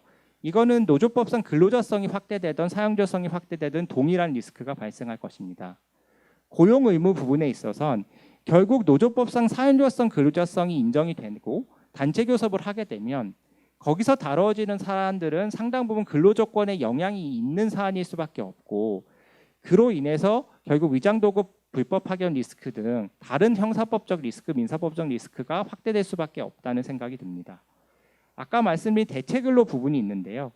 지금 대체근로 금지 의무의 대상이 되는 부분이 어디까지인지에 대해서 하급심에서 엇갈린 판단이 나오고 있는 상황에서 실제로 하청업체가 파업을 하였을 때 원청으로서는 어떤 대응을 하여야 되는지에 대한 고민이 깊어질 수밖에 없다고 생각합니다. 이와 같은 사회적인 비용, 법률적인 리스크를 고려할 때 제가 제안하고자 하는 부분은 섣불리 판례 확장을 통해 해결하는 게 과연 사회적으로 바람직하냐. 그리고 이게 비단 기업뿐만이 아니라 다양한 이해관계자가 있을 수밖에 없는데 이런 분들에게도 가장 합리적인 해결책인지는 다시 한번 고민해 볼 필요가 있다고 생각합니다. 조금 더 구체적으로 말씀을 드리면 산업별 실태조사는 필요하다고 생각합니다. 왜냐하면 지금 노조를 중심으로 노동계에서 나오는 주장이 반드시 그 산업계의 일반적인 의견이 아닐 수도 있고 대다수의 의견과는 다를 수도 있기 때문에 최소한 이 주장이 객관적이고 다수의 의견이 반영된 것인지는 한번 살펴볼 필요가 있다고 생각합니다. 그 이유는 노조법상 사용자성, 노조법상 근로자성은 다양한 이해관계를 반영하게 되고 근로자성이 확대된다 그래서 이거를 반기는 분들도 있겠지만 이거에 반대하는 영역도 상당히 있을 수 있기 때문에 그러한 다양한 이해관계자 입장이 정확히 반영될 필요가 있다고 생각합니다. 그리고 외국 판례와 입법례를 좀 정확히 이해를 하고 단지 그 외국 판례와 입법례 중에 유리한 일부를 가져오는 게 아니라 한국 법체계와 외국의 법체계를 종합적으로 이해한 상태에서 과연 외국에서는 이 문제를 어떻게 해결하고 있는지를 살펴볼 필요가 있습니다. 그리고 노동법 체계의 정합성이라는 건 굉장히 중요합니다. 결국 법이라는 거는 예측 가능성이 있어야 되는데 예측 가능성이 없다면 이 법은 더 이상 제대로 된 규범으로서 기능하기 어렵기 때문입니다. 제가 이번 발표를 통해서 말씀드리고자 하는 것을 한 문장으로 정리를 하자면 노조법상 근로자성, 사용자성의 무분별한 확대는 적합한 해결책이 아니고 결국은 사회적 공감을 통한 입법론적 해결을 모색해야 되는 게 아닌지라는 게 제 개인적인 의견입니다. 이상으로 발표를 마치겠습니다. 감사합니다. 네, 이정호 변호사님 감사합니다. 그러니까 단체 교섭 당사자성과 관련해서 그 근로자성과 사용자성이 모두 다 확대되는 경향에 대해서 말씀해 주셨고요. 그게 문제가 되는 다양한 맥락, 그러니까 특수 형태의 근로 종사자라든가 원청과 하청의 관계, 그다음에 플랫폼 종사자 이런 부분에 대해서 많이 말씀해 주셨습니다. 이게 오늘 다루는 주제 중에서는 유일하게 입법과 관련이 없는 주제인데요.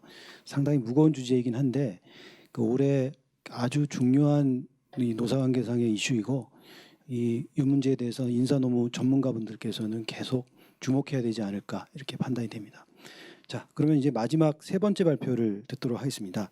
세 번째 발표는 근로시간제 변경 내용 및 임의에 대해서 한국경영자총협회 노사관계 법제팀장이신 이준희 팀장님께서 발표를 해주시겠습니다. 네, 이준희 팀장님께 마이크를 넘기겠습니다. 네, 안녕하십니까, 이준희입니다. 개정근로기준법의 굉장히 중요한 내용이라고 할 수 있는 유연근무시간제에 대해서 간략히 설명을 드리도록 하겠습니다.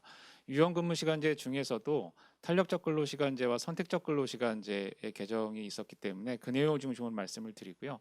특별히 연장근로 인가제도를 보완한 내용이 있는데 이 내용은 그 강의안을 참고해 주셨으면 좋겠습니다.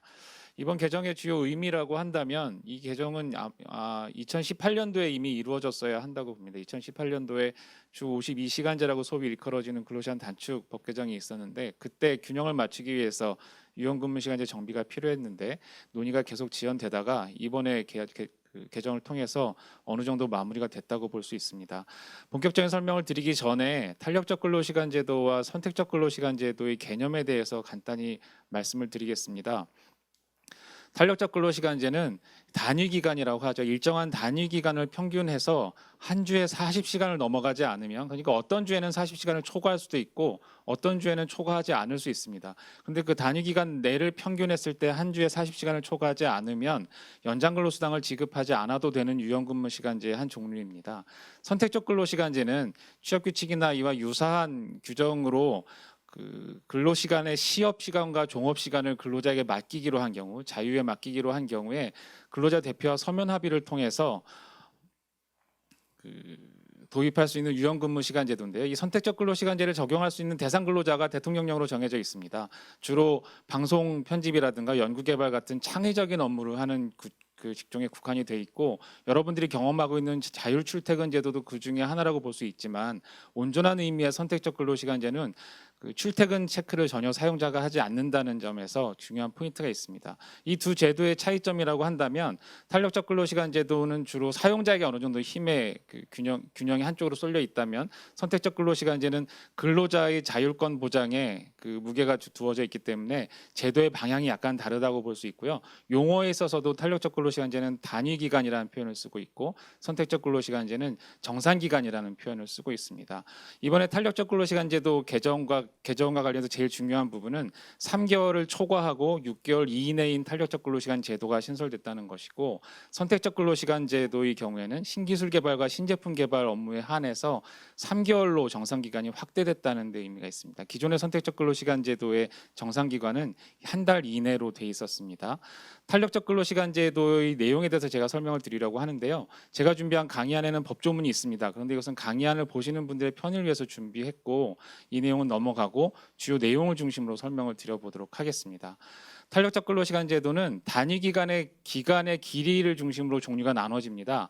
2주 이내 단위 기간, 3개월 이내 단위 기간, 3개월 초과 6개월 이내 단위 기간으로 종류가 나눠질 수 있는데요. 이번에 근로기준법 개정으로 신설된 것은 3개월 초과 6개월 이내 단위 기간을 단위로 하는 탄력적 근로시간 제도가 되겠습니다. 도입 요건을 먼저 보시면 2주 이내의 탄력적 근로시간 제도는 기존과 동일하게 취업규칙 개정으로 도입을 할 수 있습니다. 그리고 3개월 이내와 3개월 초과 6개월 이내 탄력적 근로시간 제도는 근로자 대표와의 서면 합의가 필요합니다. 그리고 근로기준법 제96조에 의해서 취업규칙에는 시업시간과 종업시간을 명시하도록 되어 있기 때문에 2주 이내, 3개월 이내, 3개월 초과 6개월 이내 모두 다 각 근로일별, 근로주별 근로시간을 명시해야 됩니다. 이게 기존에는 탄력적 근로시간 제도를 도입해서 시행하는 데 장애가 되는 요인으로 많이 거론이 되기도 했었는데요. 2주 이내는 여전히 그대로 남아있기 때문에 취업규칙이 이것이 명시돼야 되고요. 3개월 이내와 3개월 초과 6개월 이내는 동일하게 서면 합의 시 이것이 명시가 돼야 됩니다. 하지만 3개월 초과 6개월 이내의 경우에는 서면 합의 시에 이 장기간의 근로일별, 근로주별 근로시간을 명시하기가 어렵다는 점이 고려가 돼서 각 주의 근로일 시작 2주일 전까지만 통보하면 되도록 됐습니다. 이게 통보라는 데 의미가 있고요. 그런데 이게 미리 통보하도록 되어 있지만 불가피한 사정으로 또 변경되어야 할 필요가 있는 경우가 있거든요. 그래서 지금 입법 예고가 되어 있는 고용노동부 시행령에는 천재지변, 기계고장, 업무 급증 같은 불가피한 사유가 있는 경우에는 이것을 서면 합의를 통해서 주당 근로시간이 늘어나지 않는 한도 내에서 조정할 수 있도록 시행령이 준비가 돼 있습니다. 근로시간 한도는 2주 이내와 3개월 이내는 똑같습니다. 그리고 3개월 초과 6개월 이내 탄력적 근로시간제는 3개월 이내 단위 탄력적 근로시간제와 규정이 같습니다. 그래서 일 한도 12시간, 일주 한도 52시간에 근로자 대표와 근로자들의 동의가 있는 경우에 12시간을 더해서 64시간까지 최대 근로시간이 확보되도록 되어 있고요. 한 가지 특이한 점이 연속 휴식 시간 제도가 도입이 되어 있습니다. 이것은 예전에 근로시간 특례업종의 경우에 인정이 됐던 내용인데 여기에서 3개월 초과 6개월 이내 단위 탄력적 근로시간제의 경우에 11시간 이상의 휴식 시간이 연속해서 보장되도록 규정이 되어 있습니다. 연속 휴식 시간 11시간이라는 것은 종업 시간으로부터 시업 시간까지의 시간입니다. 쉽게 말하면 퇴근해서 다음에 출근할 때까지 11시간이 확보돼야 된다는 얘기고요. 가령 예를 들어서 설명을 드려보면 교대제 근무 중에서 오전 근무조가 7시에 출근해서 3시에 퇴근하는 조가 있었는데 오전 근무조 업무량이 폭증해서 가령 9시까지 일을 했다고 하면 그 근로자는 다음 날 오전 7시에 출근해서는 안 됩니다. 그렇죠? 11시간 이상 휴식을 취해야 되기 때문에 7시가 넘어서 8시 이후에 출근하도록 해야 되겠죠. 이런 경우를 보면 연속 휴식 시간을 보장하는 과정에서 교대제 근무조 운영이 틀어질 수 있다는 것을 알 수 있습니다. 지금 입법 예고되어 있는 고용노동부 입법 예고되어 있는 시행령 개정안을 보면 천재지변 등 불가피한 사유가 있는 경우에 한해서 11시간 최소 연속 휴식 시간제를 조정할 수 있도록 돼 있고 이게 본법에 천재지변 등이라고 되어 있기 때문에 시행령에서는 재난이 발생한 경우 안전 확보가 필요한 경우 등에 한해서 이걸 허용하도록 되어 있는데 이게 교대제 근무조의 재편성이 필요한 경우 그리고 그 결혼이 발생한 경우 이런 경우까지 확대되어야 하는 게 아닌가 생각이 됩니다. 그리고 임금 보전 방안이 보완돼서 들어갔는데요. 기존의 3개월 단위 탄력적 근로시간제의 경우에도 기존 임금 수준이 낮아지지 아니하도록 해야 된다라는 규정이 있긴 있었습니다. 그런데 이게 처벌 규정도 없고 강행 규정이 아니라는 비판이 있었는데 3개월 초과 6개월 이내 탄력적 근로시간제의 경우에 국한해서 이번에 기존 임금 수준이 낮아지지 않도록 해야 된다라는 그 명령에 단서가 붙었습니다. 뭐냐면 근로자 대표와 서면 합의해서 임금 보전 방안을 강구하는 것이 원칙인데 서면 합의하지 않은 경우에는 고용노동부 장관에게 신고하도록 했고요. 이 임금 보전 방안을 강구하지 않으면 과태료 부과가 가능하도록 규정이 만들어져 있습니다. 이 기존 임금 수준이 낮아지지 아니하도록 해야 된다는 것에 대해서는 논의의 여지가 조금 있는데 이것은 뒤에서 다시 한번 설명을 드리겠습니다. 적용 제외는 15세 이상 18세 미만 연소 근로자에겐 이 유연 근무 시간제 중에 탄력적 근로 시간제는 적용이 되지 않고요. 임신 중인 여성 근로자에게도 적용이 되지 않습니다. 임금 보전 방안에서 기존의 임금 수준이 낮아지지 아니하도록 한다라는 것이 무슨 의미인가에 대해서 명확하게 판단 기준은 존재하지 않는데 탄력적 근로시간제를 도입하기 전 탄력적 근로시간제를 도입할 때 설정한 그 단위 기간과 같은 기간에 통상 이 근로자가 지급받았던 임금이 탄력적 근로시간제를 도입함으로 인해서 낮아지지 않도록 해야 된다라는 것으로 판단이 됩니다. 이것은 임금 총액을 구해서 상호 비교를 해야 되겠죠. 그런데 탄력적 근로시간제는 제도의 본질이 연장 근로수당 지급 의무를 완화시켜주는 데도 있습니다. 그래서 임금 보전 방안을 강구하도록 의무화한 것 때문에 3개월 초과 6개월 이내 탄력적 근로시간제는 기업 입장에서는 활용할 수 있는 여지가 약간은 줄어들었다고도 볼 수 있습니다. 하지만 장기적인 관점에서는 그 인건비 전략 그 효과가 있을 것으로 예상이 되고요. 우리가 2003년도 연말에 주 40시간제가 도입됐을 때를 생각을 해보면 그때도 임금 감소가 초과되지 아니하도록 해야 된다는 의무가 있었기 때문에 많은 기업들이 그 보전 수당 같은 것들을 도입을 했습니다. 수당의 명칭은 각각 달랐는데요.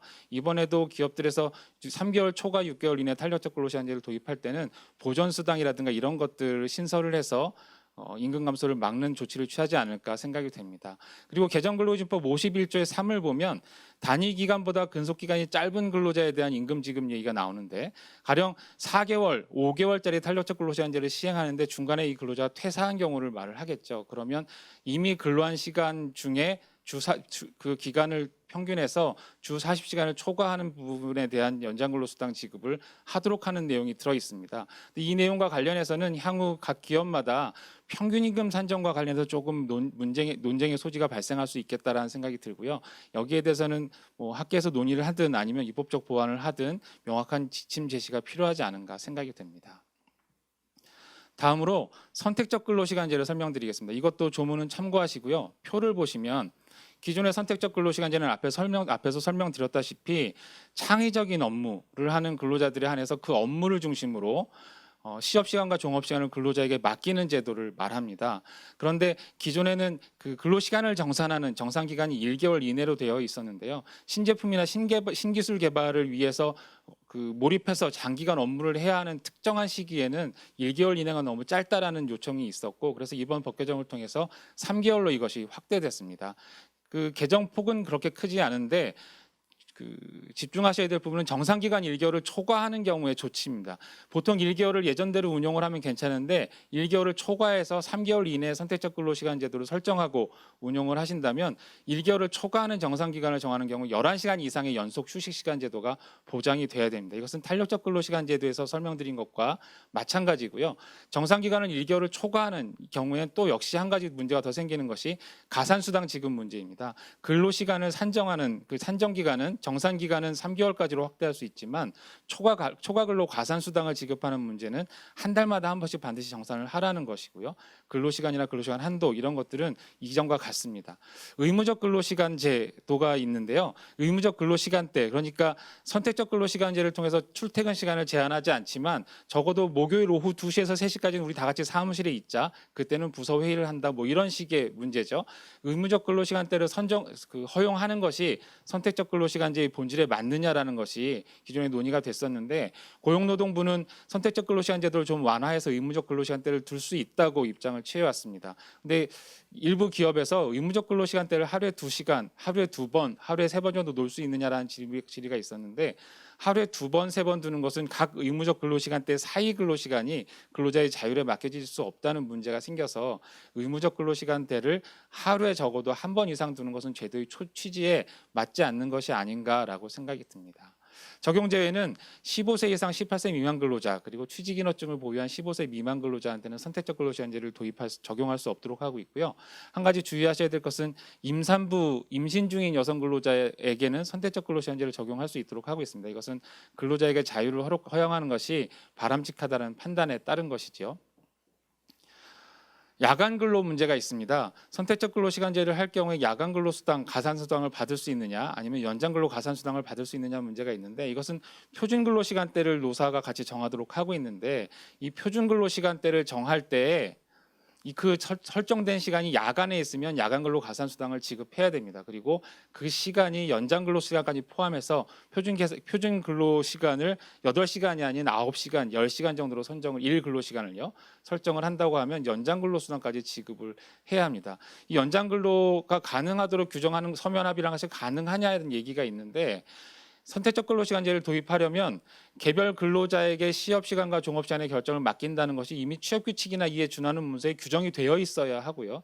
그런 경우에 근로자 대표와 서면 합의를 통해서 선택적 근로시간제를 도입하는 것이기 때문에 연장 근로 가능 여부도 가능하면 선택적 근로시간제를 규정한 취업규칙이나 이에 준하는 문서에 규정이 미리 되어 있는 것이 바람직합니다. 그리고 아까 말씀드린 표준 근로시간이라는 것은 유급휴가나 주휴일 등을 계산할 때 부과되는 근로시간을 산정하는 그 기준이 된다고 볼 수 있겠습니다. 여기까지가 제가 준비한 탄력적 근로시간제와 선택적 근로시간제 주요 내용이 되겠습니다. 네, 이준희 팀장님 대단히 감사드립니다. 자, 이로써 저희가 준비한 3가지 발표는 모두 마치고요. 이제 다음으로 Q&A 세션을 갖도록 하겠습니다.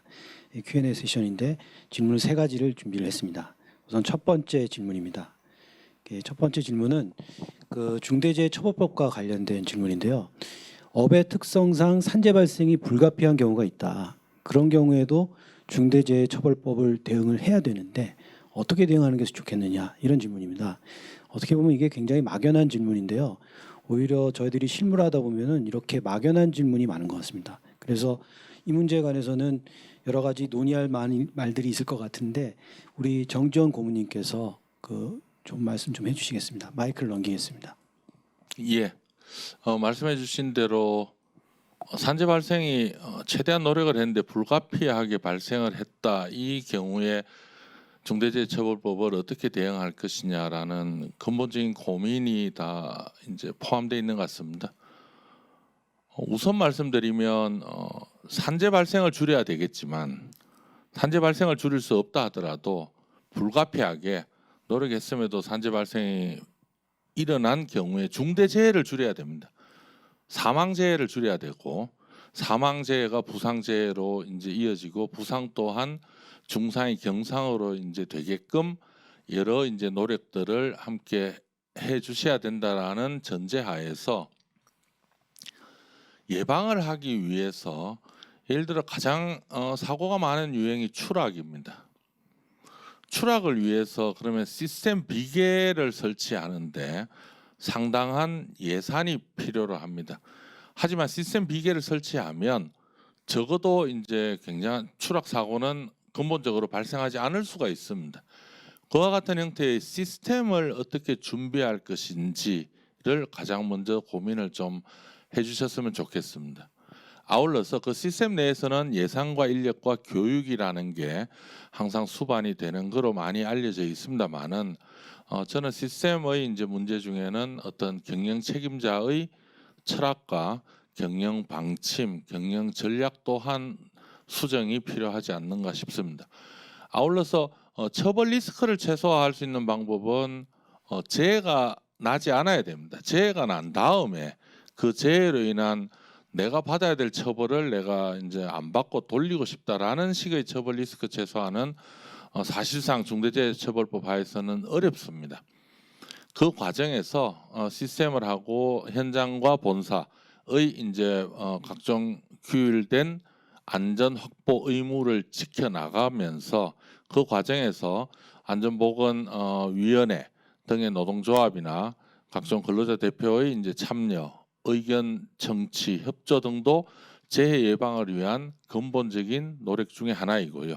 사고가 발생한 다음에는 뭐 나지 않아야 되겠습니다만은 사고 대응에 있어서는 가장 신속하게 대처하고 적어도 그 재해의 그 내용이나 심각하지 않도록 하는 노력이 굉장히 필요하다라고 보여지고요. 어떻게 대응할 것이냐라는 부분에 있어서는 아까 말씀드린 내용으로 뭐 사업장 규모나 특성에 따라서 대응할 수 있는 범위와 깊이가 다를 수가 있습니다. 어찌되었든 형사처벌의 리스크에만 국한되지 말고 산업재해가 발생하면 형사처벌과 관계없이 그 기업이 감당해야 되는 리스크는 상당히 큽니다.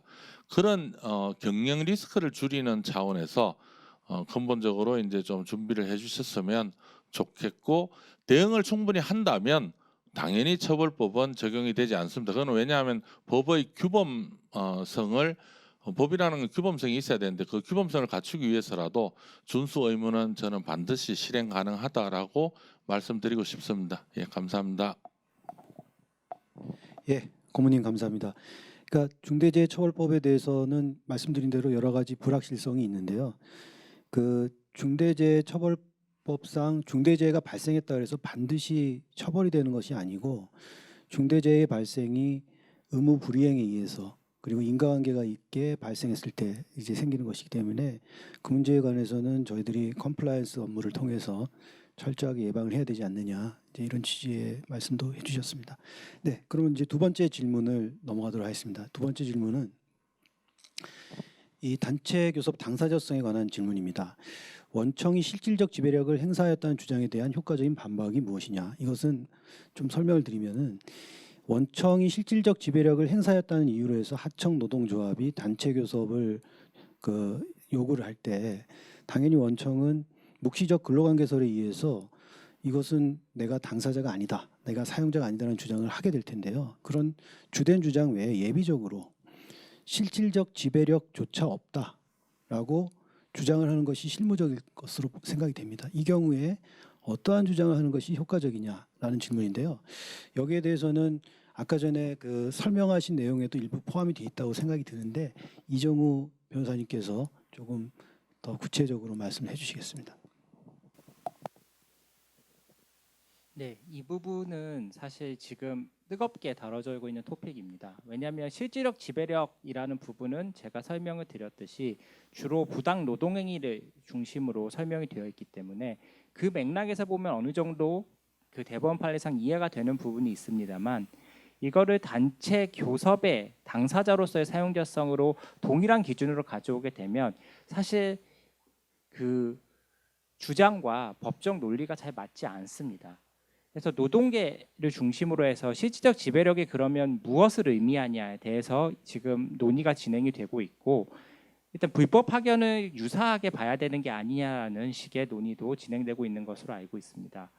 그런데 실질적으로 살펴보게 되면, 그래서 이제 하청 노조 같은 경우에는 불법 파견의 구성 요건을 차용해서 불법 파견이 인정됐기 때문에, 아니면 불법 파견 요건의 기준이 되는 요소들이 충족이 되어 있기 때문에 실질적 지배력이 인정된다고 하던가, 아니면 좀 더 포괄적으로 채용 근로조건, 근로관계 종료 등 제방 근로관계 사항을 사실상 원청이 결정하고 있지 않냐 정도로 어프로치를 하는 걸로 보입니다.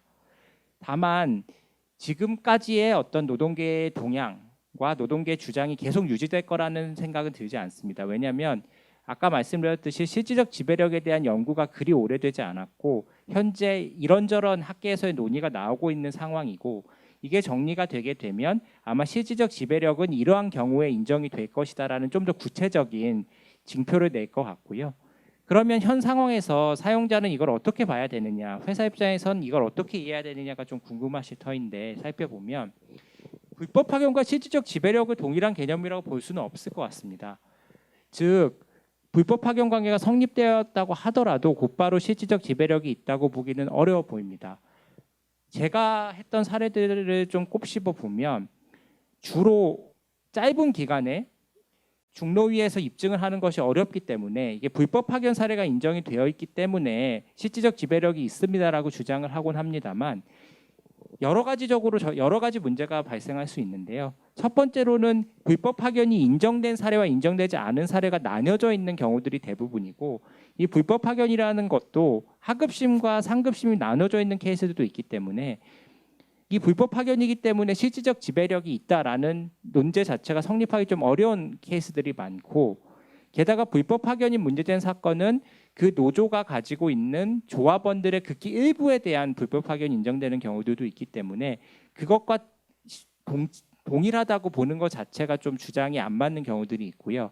만일 설령 양보해서 이와 같은 범위가 일치됐다고 했을 때 이게 동일한 요건이냐, 그렇게 보이지는 않습니다. 왜냐하면 이거는 단체 교섭상의 논의사항을 할 수 있는 정도의 지배력을 가지고 있어야 되기 때문에 불법 파견이라는 것과는 상당히 다른 개념으로 접근할 수밖에 없다는 생각이 들고요. 그렇기 때문에 이런 불법 파견의 일부 요소를 가지고 치환해서 이거를 실질적 지배력이 있다고 보기는 어렵습니다. 요컨대 실질적 지배력의 범위는 훨씬 더 좁게 해석이 돼야 되는 게 맞고, 실질적 지배력이 인정이 되려면 사실상 근로관계에 대한 사항을 원청이 지배적으로 행사하고 있을 정도 수준에 이르지 않으면 실질적 지배력설에 의하더라도 그 노조법상의 사용자성을 쉽게 인정할 수 없는 게 아닌지라는 생각을 가지고 있습니다. 이상입니다. 예, 이 변호사님 감사합니다. 그러니까 실질적 지배력이라고 하는 개념이 상당히 막연하고 추상적인 개념일 수 있는데 앞으로도 계속 그 많은 논의가 있을 거라고 생각이 들고요. 근데 묵시적 근로관계보다는 그 개념이 넓을 수 있겠지만은 불법 파견 관계가 성립된다고 해서 또 자동적으로 이 실질적 지배력이 인정되는 것도 아닌 그런 문제다. 이제 그런 취지로 말씀을 해주셨습니다. 자, 그럼 이제 마지막으로 세 번째 질문을 한번 보도록 하겠습니다. 이 세 번째 질문은 이게 근로시간제도에 관한 질문인데요. 2주 단위 탄력적 근로시간제 시행을 위한 그 구체적인 도입 방법은 뭔지, 여기에 대해서 질문입니다. 이 질문은 실제로 저희가 받았을 때 굉장히 여러 가지 질문들이 있었는데 그중에서 좀 중요한 질문 부분에 대해서 골라서 우리 이준희 팀장님께서 말씀해 주시겠습니다. 네, 마이크 넘기겠습니다. 네, 질문 내용을 보니까 실제로 2주 단위 탄력적 근로시간제 도입을 위해서 고민을 하고 계신 그 분이 질문을 해주신 것 같은데, 2주 단위 탄력적 근로시간제에 국한하지 않고 우리 탄력적 근로시간제 전반에 비추어서 내용을 한번 자세히 설명을 드려보도록 하겠습니다. 아까 가지 질문이라고 말씀 주셨는데요. 첫 번째 가지 질문을 보면 각 현장별 시행 또는 전 현장 시행이 가능한지 선택적으로 하는 것 같아요. 그러니까 사업장이 여러 군데 있으신데 하나의 현장에만 국한해서 이 제도를 시행할 수 있는지, 아니면 전체 사업장을 대상으로 전체적으로 시행해야만 하는지, 이걸 물어보신 것 같은데, 취업규칙 2주 단위 탄력적 근로시간제는 취업규칙으로 정하도록 돼 있지 않습니까? 그래서 취업규칙으로 특정한 사업장에 적용하도록 규정을 하신다면 사업장 또는 부서 단위, 부문 단위, 파트 단위로 탄력적 근로시간제를 도입해서 적용하실 수 있습니다. 그리고 3개월 이내 또는 3개월 초과 6개월 이내 탄력적 근로시간제 같은 경우에는 근로자 대표와 서면 합의를 통해서 도입하도록 하고 있는데, 그렇다면 이 문제는 근로자 대표 선출 단위, 근로자 대표의 동의 범위가 하나의 부서에 국한될 수 있느냐, 꼭 전체 사업장을 대상으로 해야 되느냐라는 문제로 확대되는데요. 그 전통적인 고용노동부 행정해석은 근로자 대표는 반드시 전체 사업장 단위로 뽑아야 된다라는 것입니다. 하지만 그 우리 대법원 판례는 부서 단위, 부문 단위 근로자 대표 선출이 가능하다고 보기 때문에 역시 전체적으로 어떤 답이 가능하냐라고 물어보신다면 부서 단위, 현장 단위 그 근로자 대표 선출이 가능하고, 그 근로자 대표와 서면 합의를 하신다면 부서 단위, 현장 단위, 사업장 단위로 탄력적 근로시간제를 도입해서 운영할 수 있다. 3개월 초과인 경우에, 3개월 이내 또는 3개월 초과 6개월 이내의 경우에는요. 그렇게 답을 드릴 수 있을 것 같고요. 연간 또는 지속적으로 2주 단위 탄력적 근로시간제 시행을 위한 적법한 방법 말씀하셨는데, 아마도 이것은 2주 단위 탄력적 근로시간제를 도입해서 2주 안에 끝나는 게 아니라 계속 2주 단위로 해서 1년, 2년까지 할 수 있느냐는 질문을 주신 것 같아요. 여기에 대해서는 특별한 제한이 없기 때문에 가능합니다. 제도적으로는 가능하도록 열려 있는데, 아까 잠깐 말씀드렸다시피 우리 근로기준법 96조는 시업 시간과 종업 시간을 취업 규칙에 명시하도록 하고 있습니다. 그래서 2주 단위 탄력적 근로시간제를 도입하실 때 각 근로일별 시업 시간과 그 종업 시간을 근로자별로 명시를 할 수 있으면 2주 단위 탄력적 근로시간제를 연중 실시하실 수도 있습니다. 이게 흔치는 않지만 그렇다고 그 활용도가 아예 없지는 않은 것이요. 교대제를 활용하는 사업장인 경우에 교대조 순환이 2주 단위로 이루어지는 경우에 각 조별로 시업 시간과 종업 시간을 명시할 수 있거든요. 그런 경우에 각 조별로 그 2주 단위 탄력적 근로시간제를 도입해서 연중 그 계속 활용하는 사례가 있습니다. 3개월 이내 또는 3개월 초과 6개월 이내 탄력적 근로시간제도 마찬가지인데요.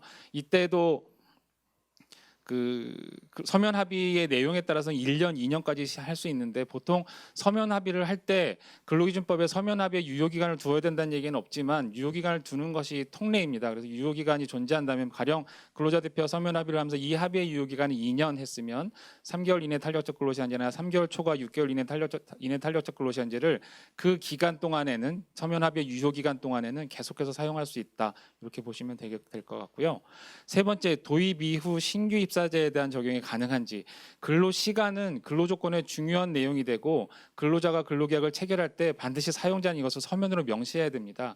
그래서 우리 회사에서 탄력적 근로시간제가 아니면 다른 것도 마찬가지예요. 선택적 근로시간제도 마찬가지인데 시행되고 있다라는 것을 입사할 때 근로계약을 체결할 때 사용자가 서면으로 명시를 해야 되기 때문에 근로자는 입사할 때 이것을 알고 있습니다. 그래서 원칙적으로 신규 입사자들에게도 자동적으로 다 적용되는 것으로 보는 것이 가능하다라고 할 수 있고요. 근데 실무적으로는 근로자 대표와 서면 합의를 체결하거나 아니면은 2주 단위 탄력적 근로시간제를 도입할 때 취업 규칙 규정을 둘 때 그 이후 신규 입사자에게도 적용한다라는 조항을 두는 것이 실무적인 통례라고 할 수 있겠습니다.